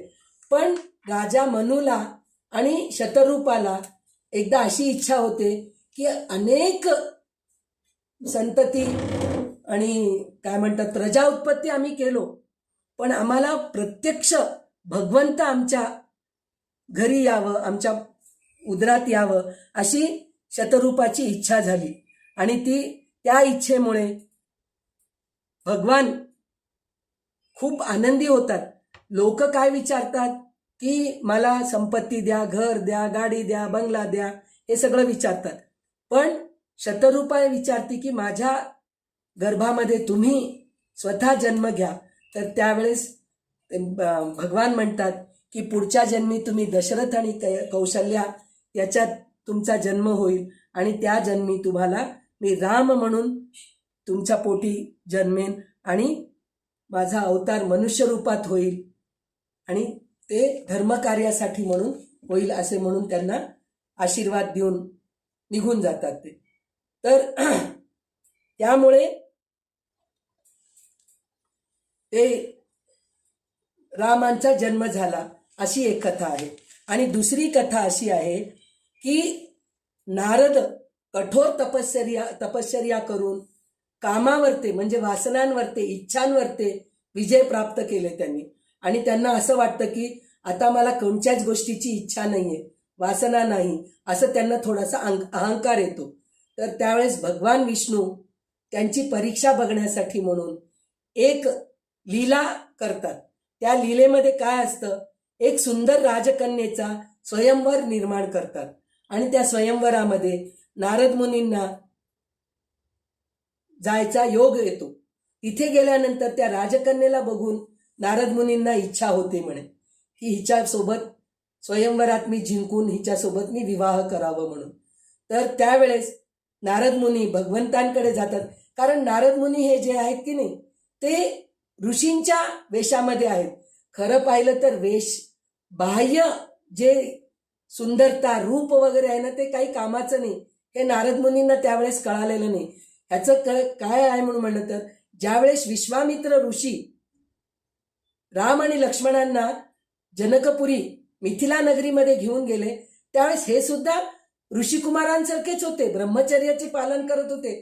त्यावेळेस ते काय म्हणतात गुरुकुलामध्ये विद्या घेऊन शिक्षण घेऊन तेव्हाच घरी आले होते. तर त्यावेळेस त्यांचं रूप सुद्धा तसेच होते की अंगावर ते दागदागिने असं काहीच नव्हते. ते ऋषी रूपामध्ये होते. तरी सुद्धा सीतेला राम खूप आवडले होते. तर हे नारद मुनींना कळत नाही. तर ते म्हणतात भगवंताकडे येऊन म्हणतात मी ऋषीच्या रूपामध्ये आहे, माझ्या हातात वीणा आहे, हे सगळं आहे, तर मला सुंदर तुमच्यासारखं रूप द्या म्हणजे मी त्या स्वयंवरामध्ये जिंकेन आणि त्या राजकन्येसोबत मी विवाह करेन. तर त्यावेळेस भगवंत चेष्टेने त्याला माकडाचं रूप देतात. नारद मुनींना माकडाचं रूप देतात आणि म्हणतात की जा आता तुझं रूप खूप छान झालं. त्यावेळेस प्रत्येक खोलीमध्ये आरसे नव्हते. आता आपल्याला पलंगाला सुद्धा आरसे लावून ठेवलेले असतात. कुठं पहा तिथं आरसे असतात. काही नाहीतरी मोबाईलमध्ये आपण आपला चेहरा बघू शकतो, मोबाईल ऑन करून त्याच्यामध्ये तरी ते. पण त्यावेळेस तसं नव्हतं म्हणून नारद मुनींना कळालंच नाही आपलं चेहरा माकडासारखं आहे म्हणून. ते राजकन्येच्या स्वयंवरामध्ये जातात आणि राजकन्या त्यांना बघून हसते आणि त्यांची चेष्टा करते. तर त्यावेळेस त्यांना वाटतं की मी इतकं सुंदर दिसून ती माझी चेष्टा करते, हसतीये. मग त्यावेळेस ते जाऊन आरशात बघतात तर त्यावेळेस त्यांचा चेहरा माकडासारखा दिसतो. तर त्यावेळेस त्यांना राग येतो आणि जाऊन भगवंतांना शाप देतात. तू माझ्या विवाहामध्ये अडथळा घातलास म्हणून तू पत्नी वियोगामध्ये राहशील आणि तुझ्यासोबत माकड राहील असं म्हणून त्यांना शाप देतात. तर ही एक कथा आहे. आणि नंतर काय होतं, आता रावणाचं जन्माविषयी 2-3 कथा आहेत. तर रावणाचा जन्म कसा झाला हे सुद्धा आपल्याला बघायचं आहे. तर प्रतापभानूची कथा आहे ही. तर रावणाच्या जन्माविषयी 2 कथा प्रचलित आहेत. एक कथा जी आहे ना, जय विजयांचं शापामुळे रावण आणि कुंभकर्णाचा जन्म झालेला आहे. आणि दुसरं प्रतापभानू ह्या राजाची कथा आहे. प्रतापभानू हा कोण, एक महान चक्रवर्ती राजा असतो. पण जे लोक महान असतात, जे लोक खूप छान असतात, त्यांचे वैरी पण असतात. तसंच त्या राजाचा एक वैरी पण असतो. तर एकदा काय होते, हा प्रतापभानू राजा जो आहे की नाही, तो खूप पराक्रमी असतो, अनेक राज्य जिंकतो आणि प्रजेला सुख देणारा असतो. प्रजांच्या आनंदामध्ये तो आनंद मानणारा असतो. आणि त्याचा भाऊ अरिमर्दन म्हणून असतो. तर त्याचा मंत्री धर्मरुची असतो. हे 3 असतात ते. म्हणजे या 3 जन्म रावण, कुंभकर्ण आणि विभीषण असे पुढचा जन्म होतो. ते कशामुळे होतो, म्हणजे एक दिवस प्रतापभानू शिकारीसाठी म्हणून जंगलात गेलेला असतो. तर जंगलात गेलेले असताना एक रानडुक्कर तो बघतो आणि त्याच्या मागे जाऊन त्याला मारण्यासाठी म्हणून जातो. पण तो रानडुक्कर जो होता की नाही, तो राक्षस होता. तो राजाला दूर जंगलात घेऊन जातो आणि त्याचा मार्ग चुकवतो. आणि राजा थकून जाऊन एकटाच पडतो. तेथे त्याला एक मुनी भेटतो, ऋषी मुनी भेटतो. तो पण खरा मुनी नसतो, हा राजाचा वैरी असतो. तो वैरी काय करतो, ऋषीच्या मुनींच्या वेशामध्ये येऊन राजाला एक उपाय सांगतो की तुझी मी मदत करतो, तुला या अरण्यातून बाहेर काढतो, पण तुला एक गोष्ट करावं लागेल. काय करावं म्हणलं तर तो म्हणतो की एक मोठं ब्राह्मण भोजन तू आयोजन कर आणि त्याच्यामध्ये मी स्वयंपाक करतो आणि जेवू घालतो सगळ्यांना, असं म्हणून तो त्यांचं अट घालतो. तर त्यावेळेस राजा म्हणतो, एवढंच ना, अजून काही विचारत नाही, हा त्याच्यासाठी तयार आहे म्हणून म्हणतो. मग तो जो मुनी आहे की नाही, वैरी मुनीच्या वेशात आलेला, तो प्रतापभानूला घेऊन राज्यात परत जातो. आणि त्याच वेळेस 2-4 दिवसामध्ये ब्राह्मण भोजनाचा आयोजन करतात आणि सर्व राज्यामधल्या ब्राह्मणांना बोलावून ब्राह्मण भोज घालतात. तर त्यावेळेस हा जो वैरी असतो की नाही, तो स्वयंपाकीच्या रूपामध्ये त्या स्वयंपाकामध्ये मांस घालतो, म्हणजे जनावरांचा मांस मिसळतो आणि ब्राह्मणांना जेवायला घालतो. ही गोष्ट सगळ्या ब्राह्मणांना कळते की राजाने स्वयंपाक जरी कोणी करो, पण दोष राजालाच लागतो की नाही. कोणी सुद्धा म्हणतात का, अहो त्या स्वयंपाक्याने केटरर खूप छान होता, असं कोणी म्हणत नाहीत. अहो त्यांच्या घरी आम्ही लग्नाला गेलो होतो ना, जोशांच्या घरी लग्नाला गेलो होतो, काय जेवण होतं हो, मस्त होतं जेवण, असं म्हणतात. तर त्याचप्रमाणे ते राजालाच दोष देतात आणि ते म्हणतात की तू जे मांस आम्हाला खाऊ घातलास की नाही, तर त्याच्यामुळे तू पुढच्या जन्मी राक्षस योनीमध्ये जन्म घेशील. तू एकटाच नाही, तुझं संपूर्ण कुटुंब राक्षस योनीमध्ये जन्म घेतील म्हणून सांगतात. राक्षस वृत्ती ब्राह्मणच आहे, म्हणजे रावण ब्राह्मण होता, पण राक्षस वृत्तीने तू जन्म घेशील. म्हणून प्रतापभानू जो आहे की नाही, तो रावण झाला. अरिमर्दन जो झाला भाऊ त्याचा असतो, तो कुंभकर्ण झाला. आणि धर्मरुची हा जो असतो की नाही, त्याचा मंत्री, तो खूप छान असतो, तो विभीषण झाला. असं इथे एक कथा आहे. आणि दुसरी कथा आपण भागवतामध्ये ऐकलेलीच आहे, तरी सुद्धा पुन्हा एकदा आपण ऐकूया की जय विजय यांना शाप मिळालेला असतो. हे सनत कुमार जे 4 असतात की नाही, सनत कुमार, सनातन, सनंदन असे 4 कुमार जे असतात, बाल्यावस्थामध्ये असतात. तर ते जे काय म्हणतात, दिती च्या गर्भामध्ये हिरण्याक्ष आणि हिरण्यकश्यपू हे दोघे वाढत असतात. तर तिला पण अवेळी कामवासना करायची इच्छा होते. तर त्यावेळेस कश्यप मुनींना ती प्रार्थना करते की मला तुमच्याबरोबर राहायचं आहे.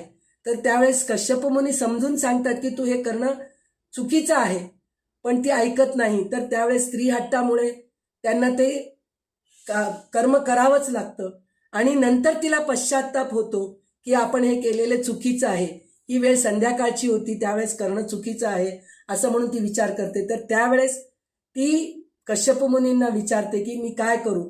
तर ते म्हणतात की आता तुझ्या ज्या गर्भामध्ये जे पुत्र वाढत आहेत की नाही ते राक्षस वृत्तीनेच जन्मणार आहेत. तर त्याच्यासाठी आता तुला ते सहन करावं लागतं. तर त्यावेळेस ती प्रार्थना करते की काहीतरी याचं उपशमन करा तुम्ही.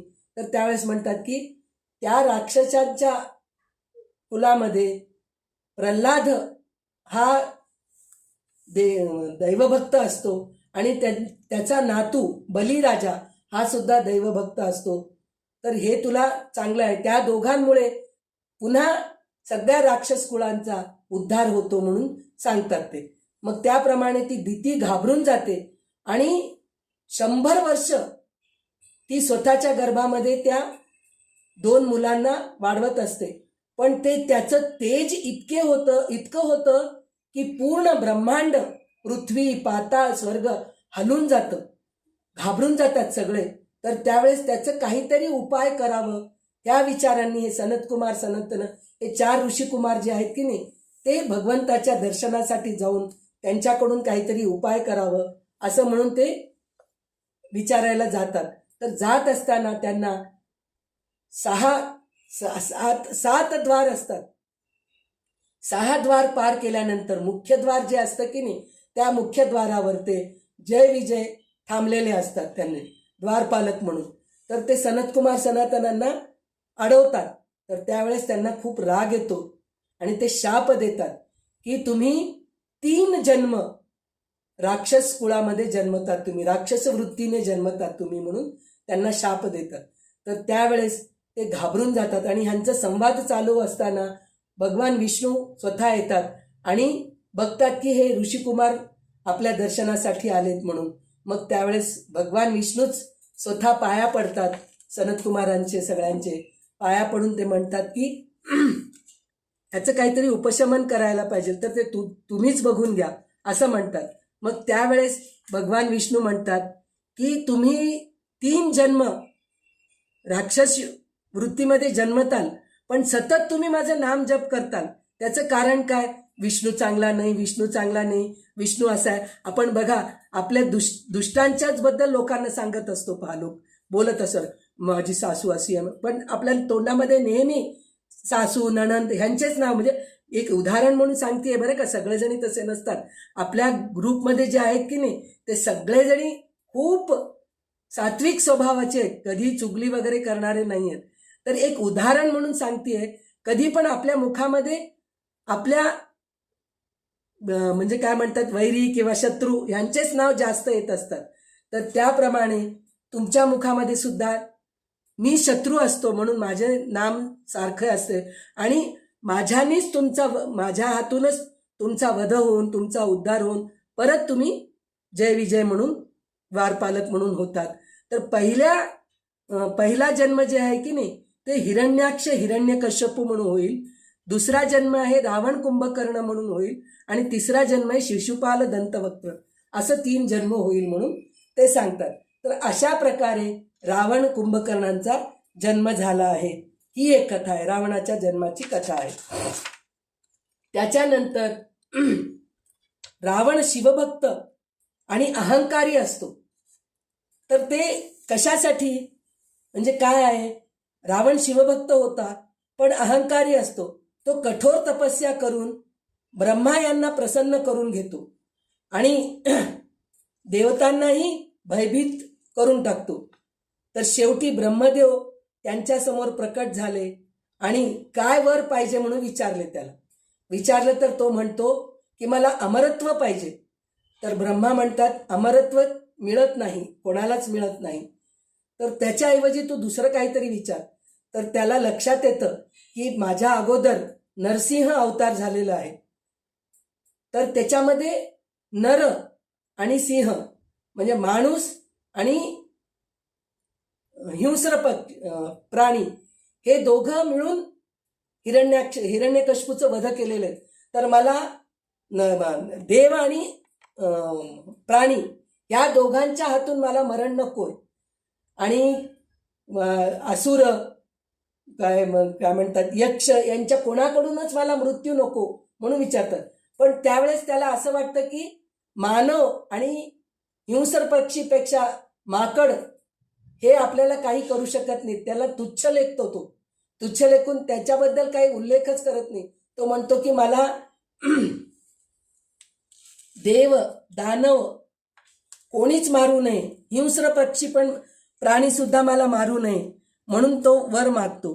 तर त्यावेळेस तथास्तु म्हणतात आणि पुढे त्याचा नाश नररूपामध्ये म्हणजे माणसाच्या रूपामध्ये राम जन्म घेऊन माकडाच्या मदतीने त्याचा वध करतात.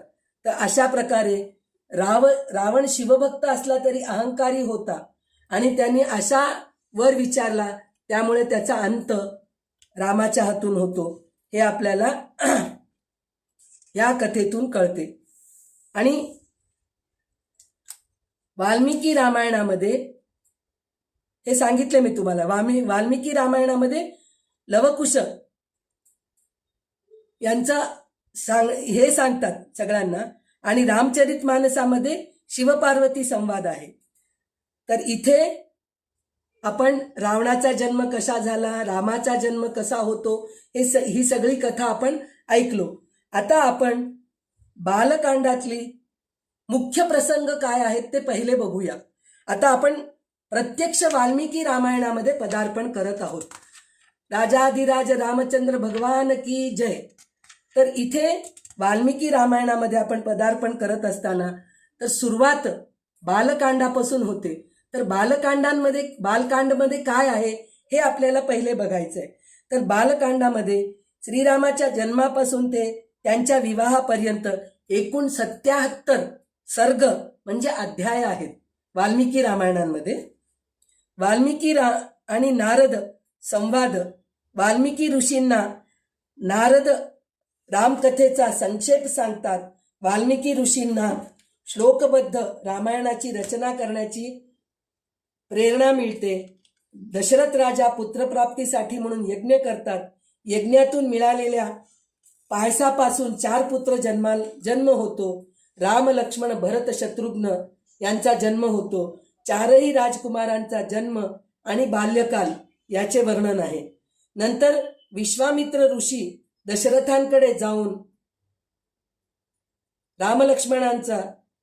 रामलक्ष्मणांना यज्ञ रक्षणासाठी म्हणून घेऊन जाण्याची प्रार्थना विनंती करतात आणि त्या दोघांना घेऊन जाऊन ताडका राक्षसीचा वध करतात.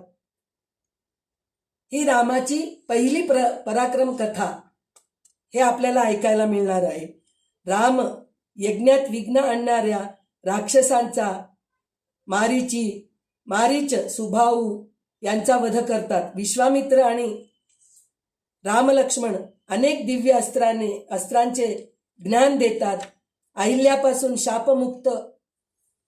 शापमुक्त होते रामचरणाच्या पासून. आणि रामलक्ष्मण जनक यांच्या नगरीत मिथिलेला जातात. सीता स्वयंवरातील राम भगवान शंकराचे धनुष्य तोडतात आणि सीता राम यांचा विवाह होतो. तसेच इथे इतर भावांचेही विवाह होतात. परशुराम रामाची परीक्षा घेतात. राम त्यांना शांत करून आपले सामर्थ्य दाखवतात. हे आपल्याला हे बालकांडामध्ये ऐकायला मिळणारी कथा आहे. तर हे इथं शिवधनुष्य मोडले. शिवधनुष्यच का?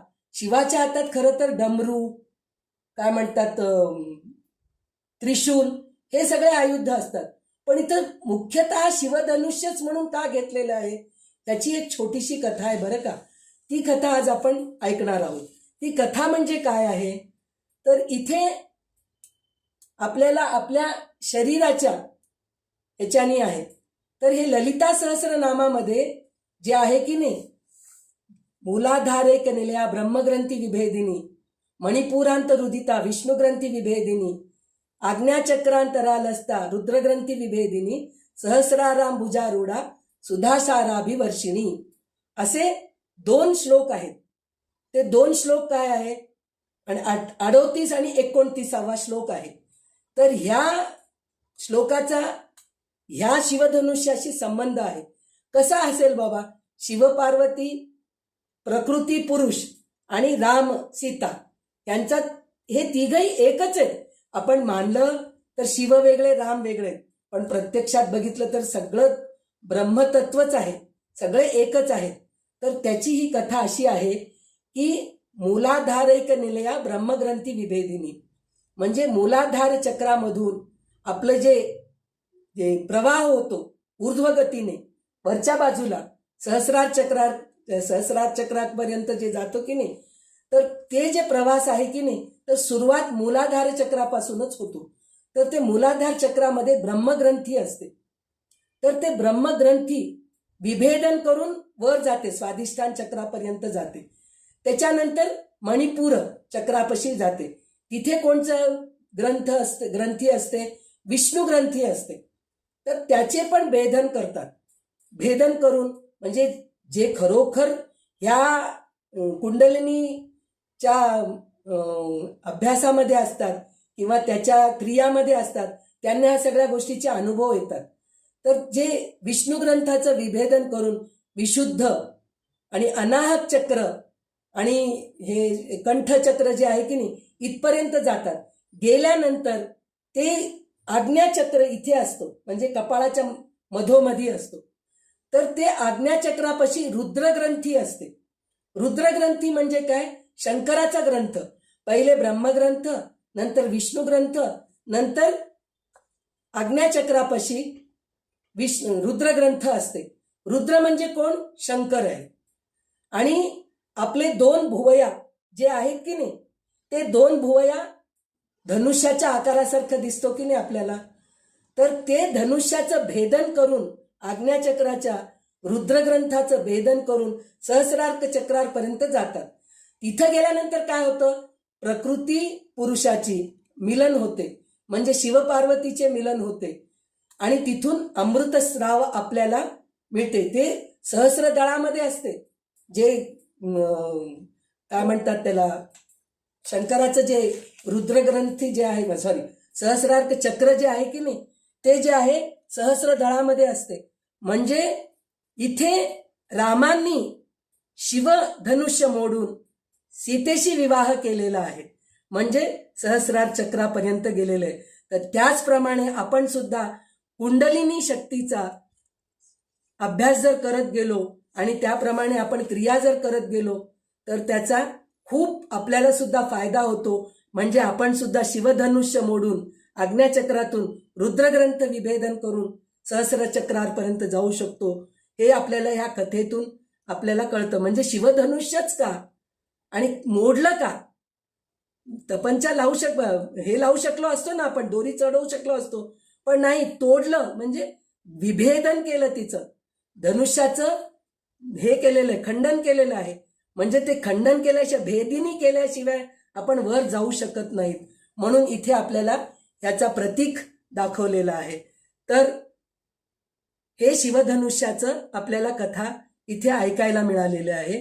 आणि ह्याच्यानंतर आपण 1-2 कथा घेऊया रामायणाचं.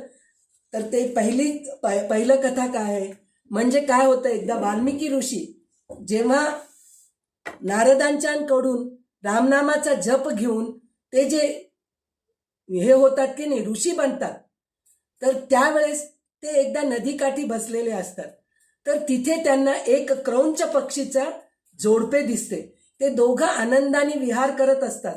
आनंदाने विहार करत असताना एक व्याध येतो, येऊन त्या क्रौंच पक्षीच्या पुरुष पक्षीला मारतो. मारल्यानंतर ते बघितल्यानंतर ते स्त्री पक्षी जी असती की नाही, मादी नर पक्षीला मारतो आणि मादी पक्षीला दुःख होतो, ती विरह करत असते. तर त्यावेळेस त्यांना खूप वाईट वाटतं, वाल्मिकी ऋषींना खूप वाईट वाटतं. वाईट वाटल्यानंतर त्यांच्या मुखातून आपसुकच म्हणजे न कळत एक श्लोक निघतं. तर त्या श्लोकात तो श्लोक असा आहे, मानिषात प्रतिष्ठा त्वमग महा शाश्वती समहा यत्क्रौंच मिथुनादेकम अवधी काममोहितम. म्हणजे रामायणाची सुरुवात ह्या श्लोकापासून झालेलं आहे. त्याचं कारण काय, तर ह्या दुःखामध्ये त्यांनी हा छंदबद्ध श्लोक म्हणल्यानंतर ते त्या दुःखामध्येच नदीकाठी बसलेले असतात. त्याच वेळेस ब्रह्मा येतात आणि वाल्मिकी ऋषींना विचारतात की तू का दुःखी आहेस. तर त्यावेळेस हे श्लोक म्हणून दाखवतात आणि म्हणतात की असं असं दोन पक्षींचं हे चालू होतं, विहार चालू होतं.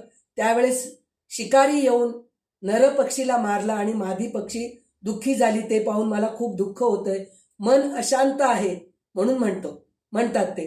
तर त्यावेळेस ब्रह्मा म्हणतात की तू त्या दुःखामधून सुद्धा तुझ्या मुखातून छंदबद्ध श्लोक निघालेला आहे. तर ह्याच श्लोकाच्या आधारे तू रामायणाची निर्मिती कर, असं म्हणून ते त्यांना वरदान देतात. आणि त्यावेळेस ते रामायण पूर्ण सांगतात त्यांना. आता प्रत्येक वेळेस आपल्याला रामायण सांगतात म्हणलं की वाल्मिकी रामायणामध्ये प्रत्येक वेळेस रामायण सांगितलेलं आहे. म्हणजे आता सनतकुमार सनातनांना रामायण सांगितलेत नारद मुनींनी, परत नारद मुनी ब्रह्मानी वाल्मिकी ऋषींना सांगितलेलं आहे. म्हणजे असं सगळं प्रत्येक वेळेस रामायण सांगितलेलं आहे. म्हणजे आपण एक रामायण वाल्मिकी जे कथाकार असतात, प्रवचनकार असतात, ते रामायण एकदाच सांगतात, एकच कथा सांगतात रामायणाचं सुरुवातीपासून शेवटपर्यंत. पण वाल्मिकी रामायण जर आपण वाचत गेलो तर प्रत्येक वेळेस रामायण कथा संपूर्ण वाचायला मिळते आपल्याला. कारण प्रत्येक ऋषीमुनी त्यांच्या शिष्यांना सांगितलेलं प्रत्येक वेळेस संपूर्ण रामायण व्यवस्थित सांगितलेलं आहे वाल्मिकी रामायणांमध्ये. तर अशा प्रकारे वाल्मिकी ऋषी त्यांची ब्रह्मदेव सांगितल्याप्रमाणे ते नदीकाठी बसून आचमन करतात, संकल्प करतात आणि रामायण लिहिण्यासाठी सुरुवात करतात. तर सुरुवात केल्यानंतर संपूर्ण रामायण होऊन जातं, लिहिण्याचं पूर्ण होऊन गेल्यानंतर त्यांना वाटतं रामायण तर पूर्ण झालं. आता असं असतं ना, आता प्रत्येक जण म्हणतात ना, आम्ही लिहू शकतो हो, तोंडपाठ करू शकतो, सगळं करू शकतो, पण आम्हाला सांगता येत नाही हो. त्याचप्रमाणे वाल्मिकी ऋषींना पण असंच झालं की पूर्ण कथा लिहिले ते, वाल्मिकी रामायण पूर्ण लिहिले ते, पण कोणाच्या मुखातून सांगायला पाहिजे, सुंदर असं गायन काव्य कोण करेल याची त्यांनी विचार करत असतात. तर त्याच वेळेस राम लंकावर ते रावणाचा वध करून सीतेला घेऊन, अग्निपरीक्षा करून सीतेला घेऊन अयोध्येमध्ये येतात. अयोध्येमध्ये आल्यानंतर सुद्धा अयोध्याचे प्रजा सीतेवर ते संशय घेतात. ते म्हणतात की रावणाजवळ ती इतके दिवस राहिली, अशा स्त्रीला राम कसा काय पत्नी म्हणून परत स्वीकारले, असं म्हणून ते विचारले. तर राम हे मर्यादा पुरुषोत्तम होते आणि उत्तम राजा, उत्तम पती, उत्तम पिता, उत्तम पुत्र, असे भाऊ, मोठा भाऊ, असं सगळं काही त्यांनी उत्तमच होते ते. तर त्यामुळे ते म्हणले की मी राजा आहे. तर हे बरोबर आहे, त्यांनी किती अग्निपरीक्षा घेतलं तर तिथे असलेले लोक बघितले, पण इथे प्रजा कोणी बघितले नाहीत ना.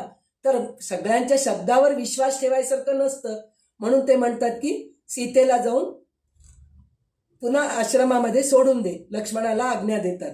तर लक्ष्मणाला आज्ञा दिल्यानंतर लक्ष्मण सीता गरोदर असताना घेऊन जाऊन वाल्मिकी ऋषींच्या आश्रमामध्ये सोडून देतात. सोडून दिल्यानंतर तिथे सीता वाल्मिकी ऋषींच्या आश्रमामध्ये सेवा करत, पण ती राणी आहे असं कधीच कोणाला कळू देत नाही. ती तिथं एक सेवक म्हणूनच काम करत असते आणि ती 2 पुत्रांना जन्म देते, लवक आणि कुश. आणि त्या 2 पोरांना वाल्मिकी ऋषी चांगले सांगोपन करतात त्यांचे आणि त्यांना शिक्षण देतात. अस्त्रविद्या, धनुर्विद्या, काय म्हणतात, बरेच 64 कला, हे सगळं काही शिकवतात त्यांना. शिकवल्यानंतर त्यांच्या डोक्यात हे विचार येतं की खरोखरच हे जे 2 ऋषिकुमार आहेत, हे राजपुत्र आहेत की नाही, ते खरोखरच खूप हुशार आहेत, पंडित आहेत, त्यांनी विद्या खूप लवकर ग्रहण केलेले आहे.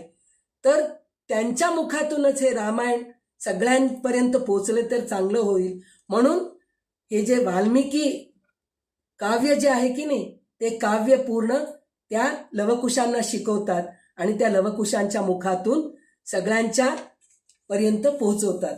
पहिले सुरुवात त्यांच्या आश्रमामध्येच ऋषीमुनींना ऐकवतात. तर सगळे ऋषीमुनी त्यांचं कौतुक करतात.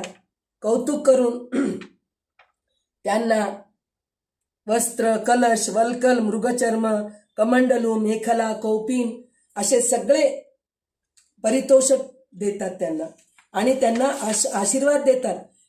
शतमानं भवती शतायु पुरुष शतेंद्रिय आयुष्येवेंद्रिये प्रतिष्ठती म्हणून त्यांना आशीर्वाद देतात.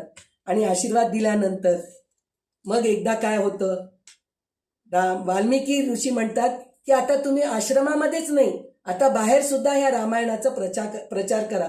पण वाल्मिकी ऋषी लवकुशांना सांगत नाहीत की हे जे रामायण जे लिहिलेलं आहे ते तुमच्याच वंशातले राम, तुमचे वडील यांच्यावर लिहिलेले आहे, कधीच सांगत नाही. सीता पण कधी सांगत नाही.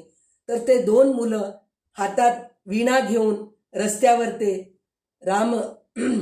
रामायणाचं काव्य म्हणत म्हणत जातात.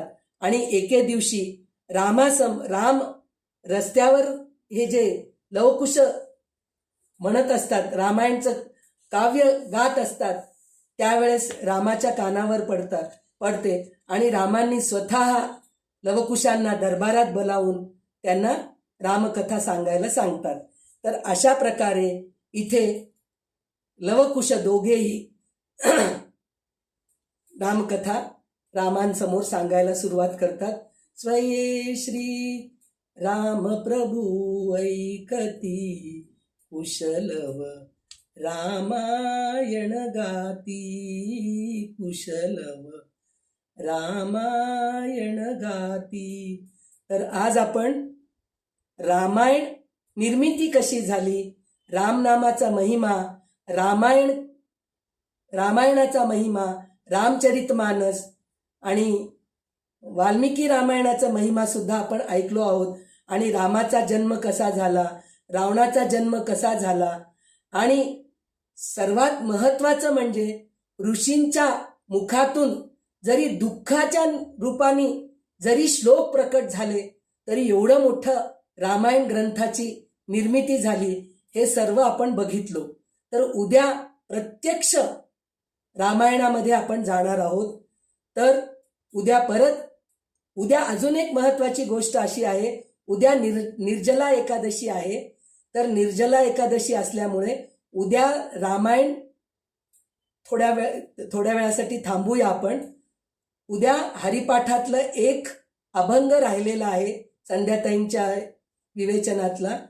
तर तो उद्या हरिपाठचा एक अभंग घेणार आहेत ते. आणि निर्जला एकादशी असल्यामुळे उद्या तो कार्यक्रम असेल. परत आपण नेहमीच्या वेळेप्रमाणेच उद्या भेटूया आणि सोमवारी रामायण ऐकूया. तर कृपा करून सगळेजणी मनापासून ऐकता. मला ह्याचं खूप आनंद होतो, कारण काय थोडंसं काही जे अभ्यास केलेला आहे की नाही ते तुमच्यासमोर मी ठेवायचं खूप प्रयत्न करते, पण ते कितपत चांगलं आहे हे मला कळत नाही. पण तुम्ही खरोखर मनापासून श्रद्धेने ऐकता.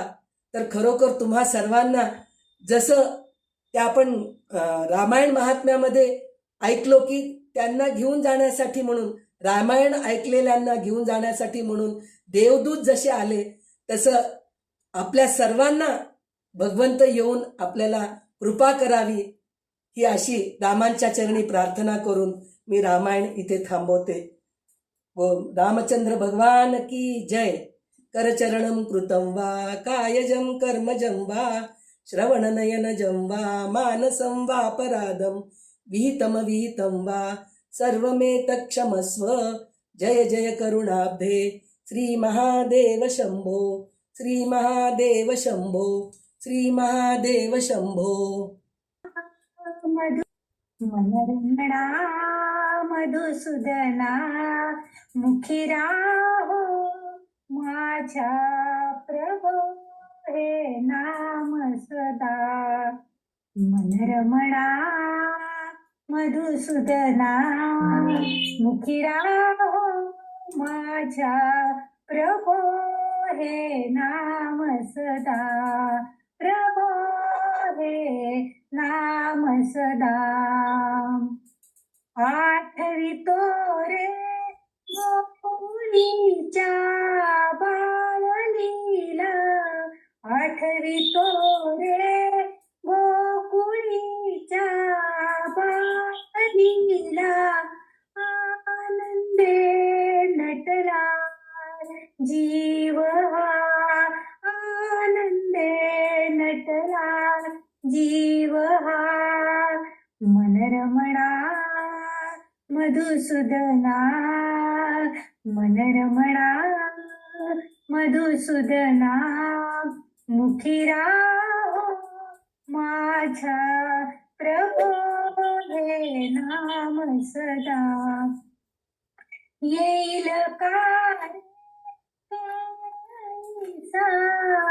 येईल कारे काळीसा, दिव्यतेचा द्याया सौख्य पुन्हा। येईल कारे काळीसा, दिव्यतेचा द्याया सौख्य पुन्हा। मनरमणा मधुसूदना, मनरमणा मधुसूदना मुखी राहो माझ्या प्रभो हे नाम सदा। मुखी राहो माझ्या प्रभो हे नाम सदा। मनरमणा मधुसूदना, मनरमणा मधुसूदना। राजाधिराम रामचंद्र भगवान की जय।